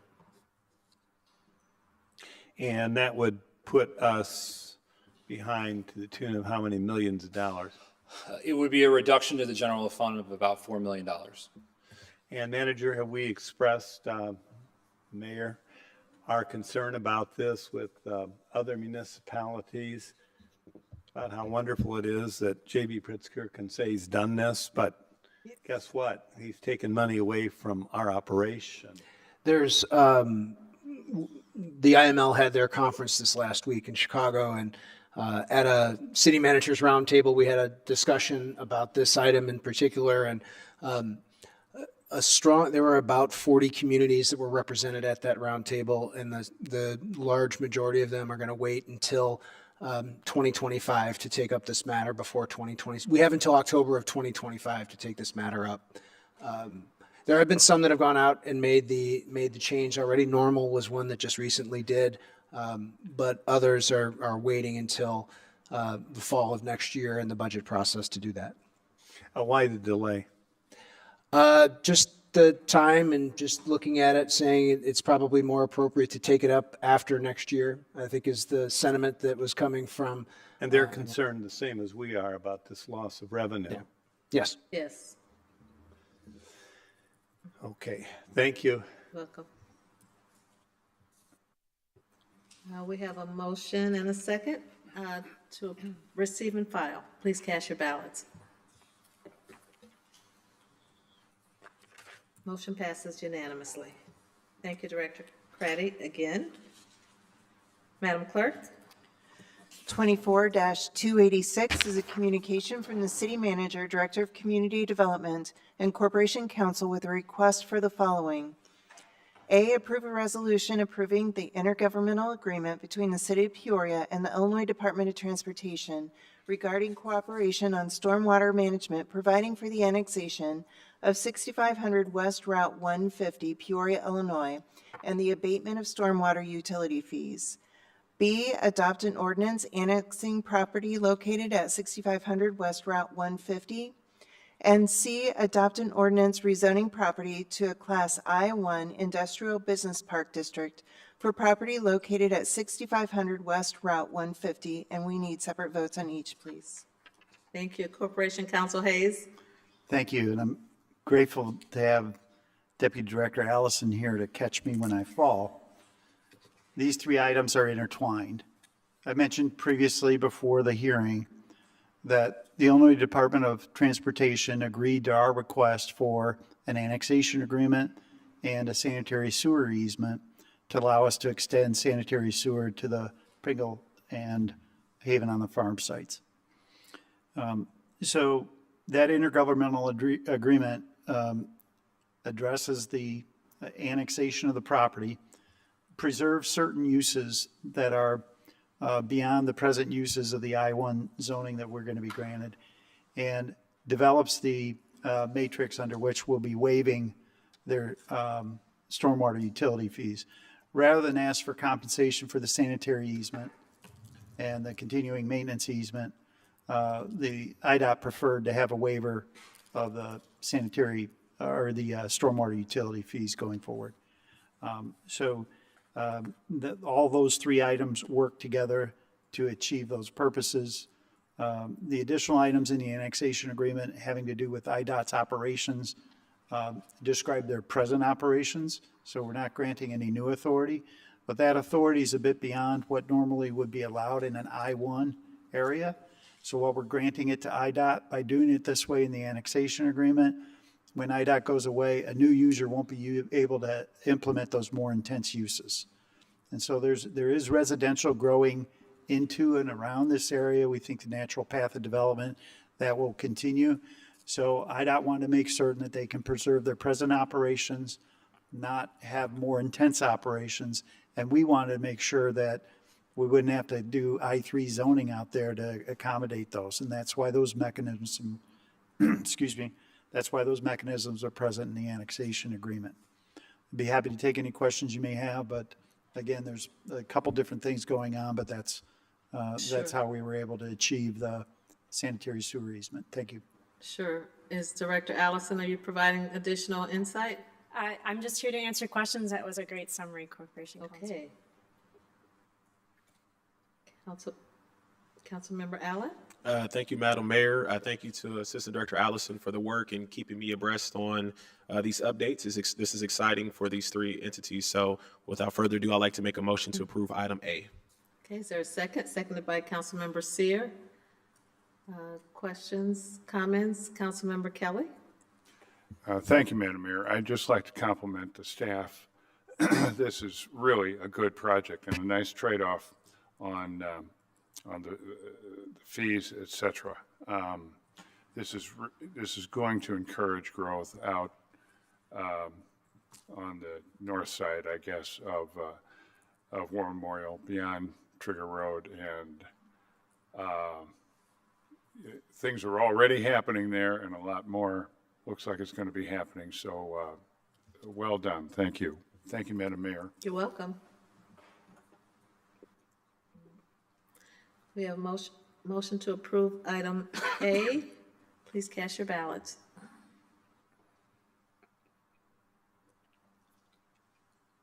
Motion passes unanimously. Councilman Allen, I'd like to make a motion to approve item B, please. seconded by Councilmember Seer.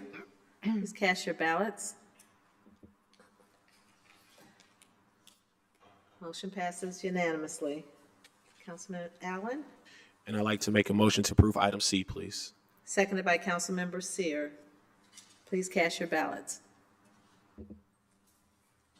Motion passes unanimously. Thank you.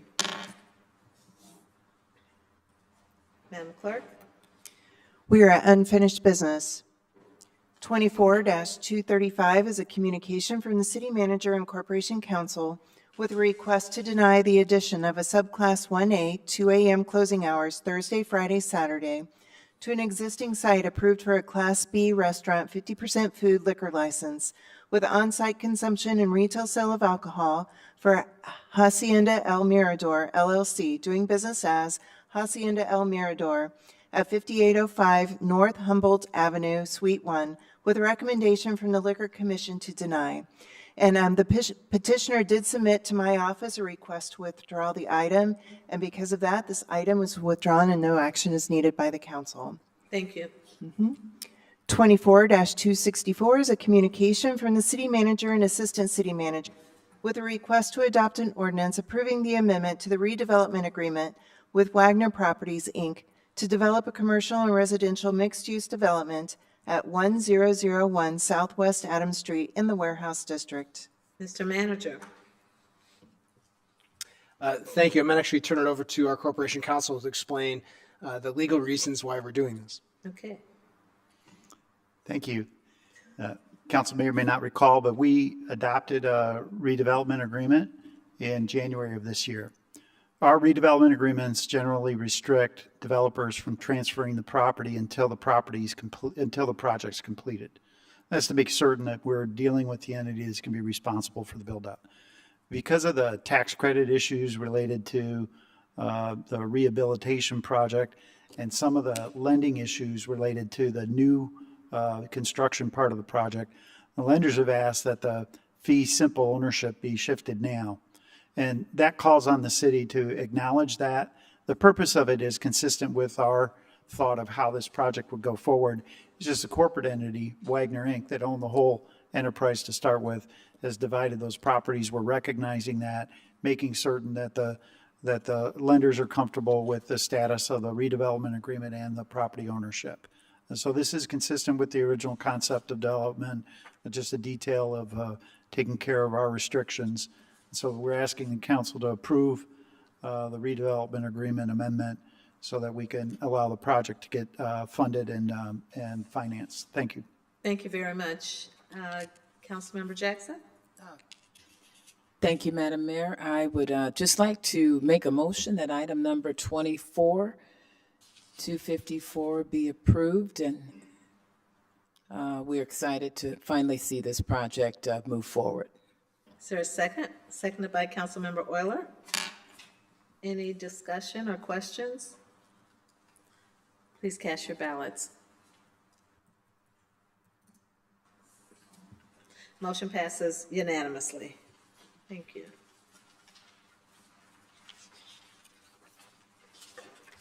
Madam Clerk? If there is no further unfinished business, we would be at new business. Is there any new business? Councilmember Seer?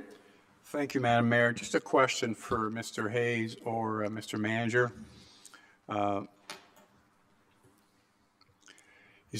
Do we have any laws or ordinances for, I'm asking a question regarding liquor license now and the time of closing. For a specific area, example tonight, like Junction City, can we issue liquor license that would have all the same closing time for all bar business in a special or specific area? Is there a law against that? Or I know we don't have an ordinance on the book right now, but is that a possibility so that we don't have all kinds of different closing times for the same area? Would that be a possibility or a discussion in the future? We have liberty to regulate as long as it's not arbitrary and capricious. And I think that we would be able to define an area and have a standard bar closing time. We couldn't prohibit a retail entity from closing early, but we could grant a consistent privilege, either by way of ordinance or adopting a policy to that effect and sticking to it as we approved license by license.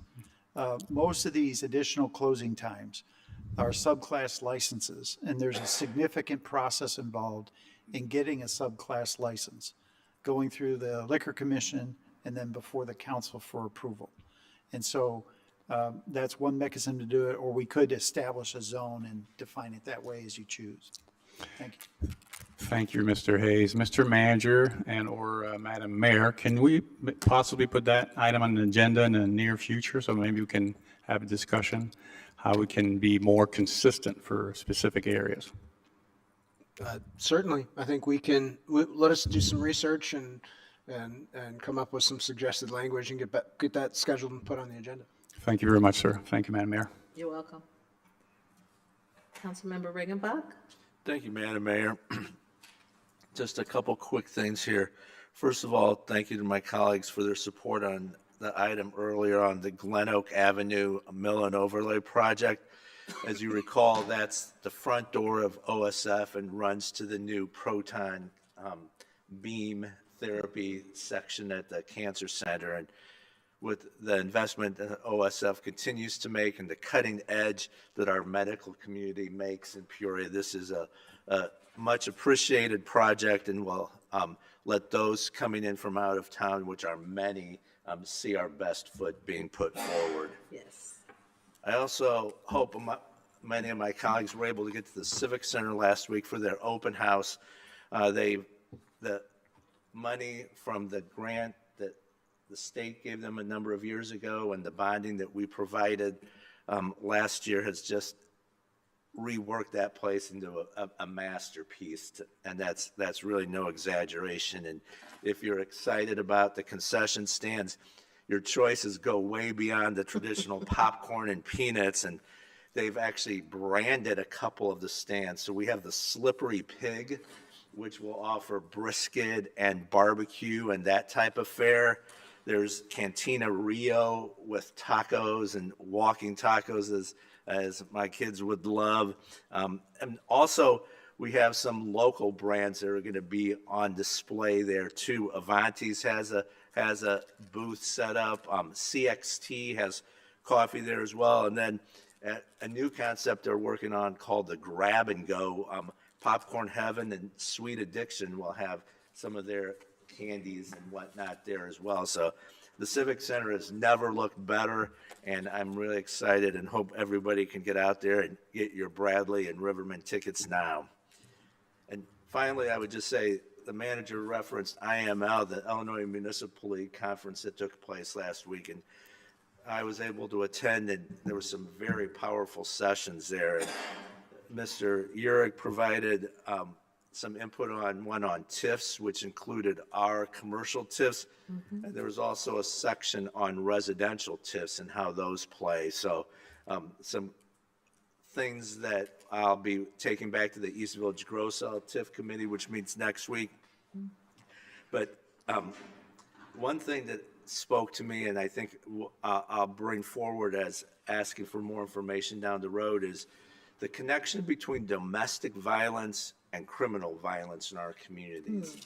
And Rockford has put together a program that they have a center, for lack of a better word, what we would call a wraparound center, where those who are affected by domestic violence can go to one location and get multiple services, rather than making people go to multiple locations and relive the worst day of their life to the intake worker at multiple places. They provide and have representatives in one location. And it's just really intriguing to me. And the numbers of criminal violence that takes place, how many of those people were either victims or witnessed domestic violence, I think is something that is an area that I would like to dig deeper in at least. So I would just encourage my colleagues, again, IML really provides a lot of great resources for us, and those are just a couple of the highlights for me personally. Thank you. Thank you, Councilman Regenbach, and for your liaison representation on the Civic Center Authority Board. I'm going to follow good news with good news. I received a communication from Steve Zicka, who is the president of NFW, Natural Fiber Welding, and he indicated that he wanted to share some exciting news that NFW has been named a finalist for the 2024 Earthshot Prize. Let me say a little bit more about the prize. It was started by Prince William, inspired by President John F. Kennedy's Moonshot Challenge. The goal is to identify and scale the most innovative solutions to the world's greatest environmental challenges over the next decade.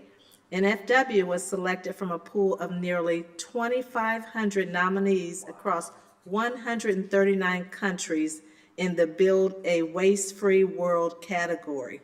So we're talking about our own Peoria NFW company getting global recognition, and they're going to keep us tuned, with the updates on this recognition, and hopefully win the final prize. So we're excited about this recognition for our own NFW company. Any other new business? Okay, Madam Clerk.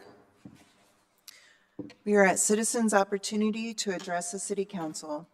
Okay. We have Sohail El-Houar.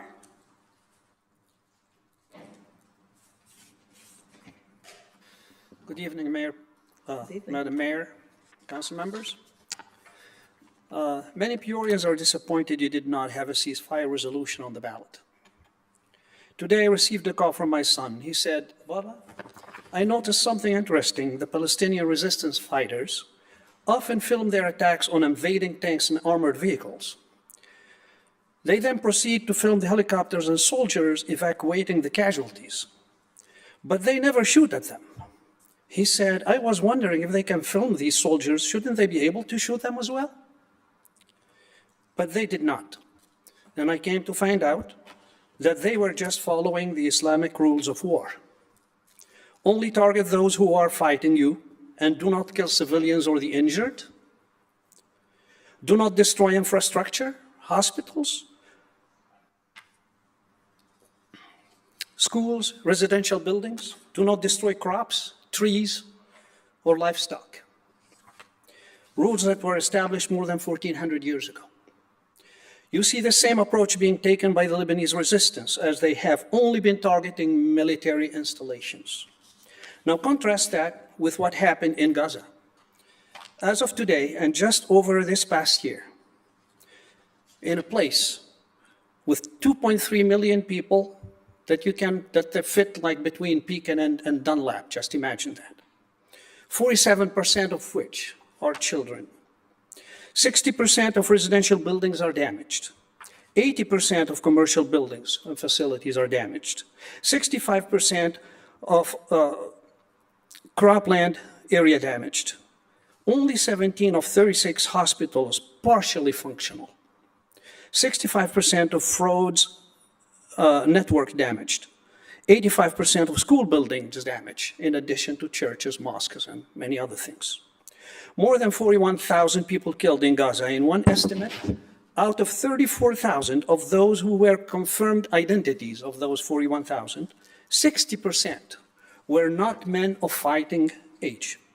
More than 95,000 people injured in Gaza alone. They estimated the resistance force to be 34,000 people strong at the start of the genocide. They killed more people than that, and the resistance still fighting strong. They were mostly targeting and killing civilians. One massacre after the other, one war crime after another. Even animals were not spared.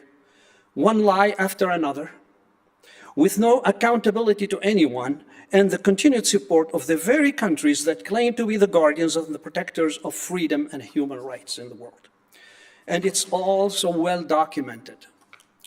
They moved their genocidal operations to the West Bank, and now they are moving them to Lebanon.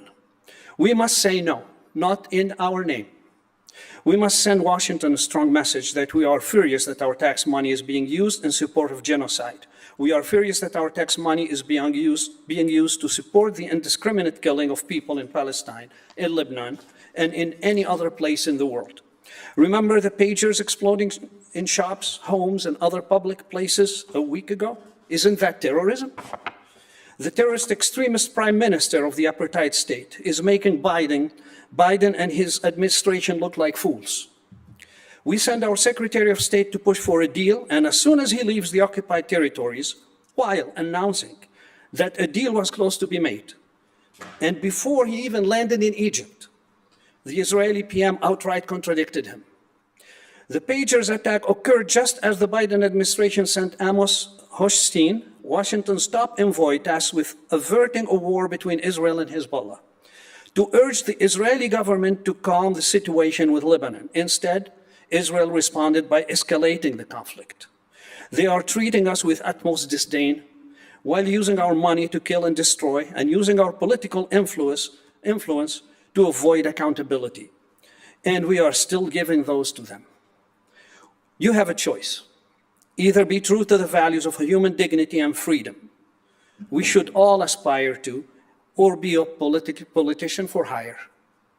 If you do not support a ceasefire, you are either a true supporter of genocide, or you are betting your moral values on the prospect of getting some more votes. Your choice. Ceasefire now and free Palestine, and thank you for listening. Darcy Katie.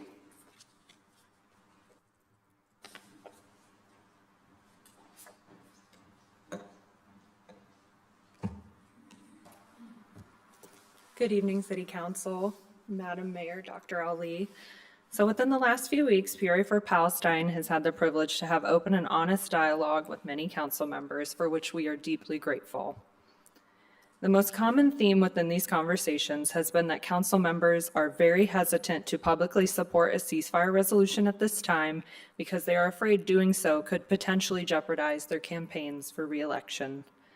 I have heard the word afraid used innumerable times within these conversations with all but one council member of the 6 that currently support the ceasefire resolution, and it is deeply concerning.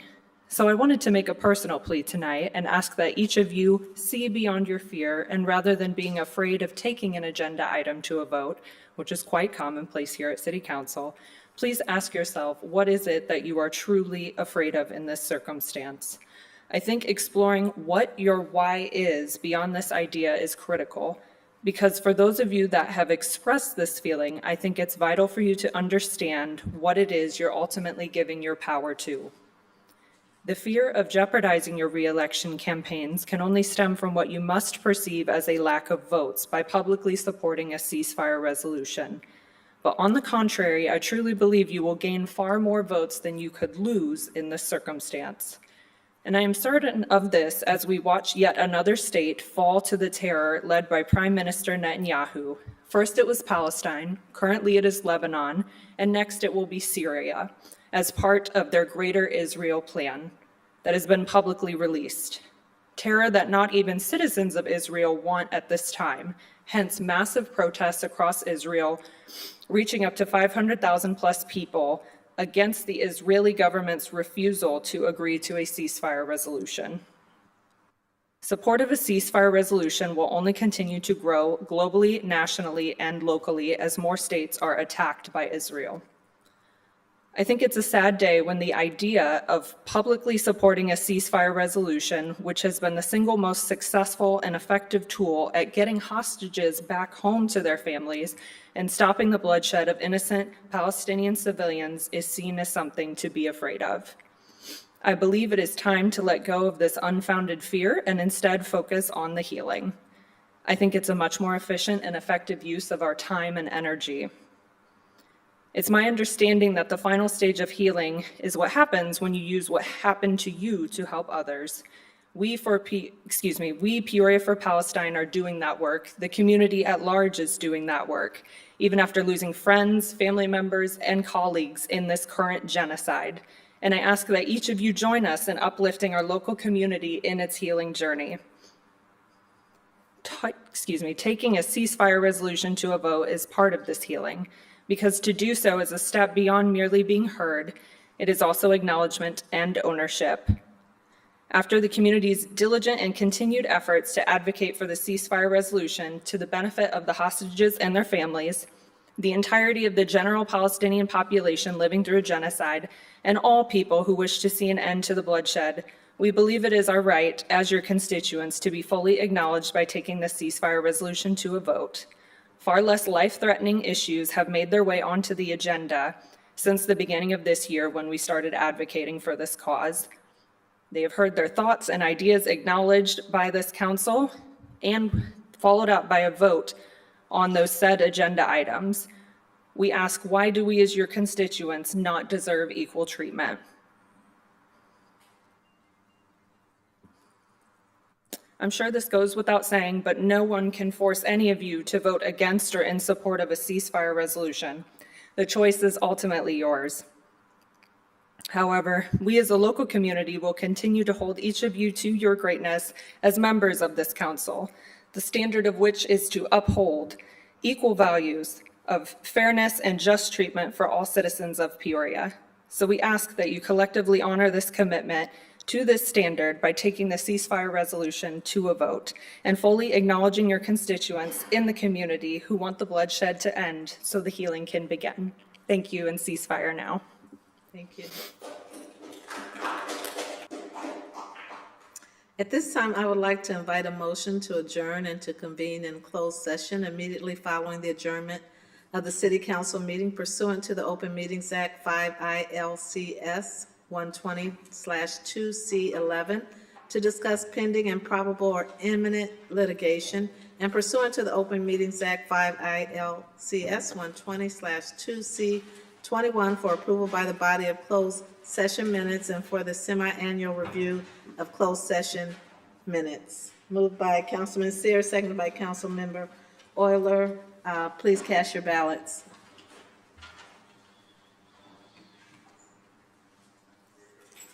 Councilmember Velpula? Oh, there we go. Thank you for your service. We're adjourned.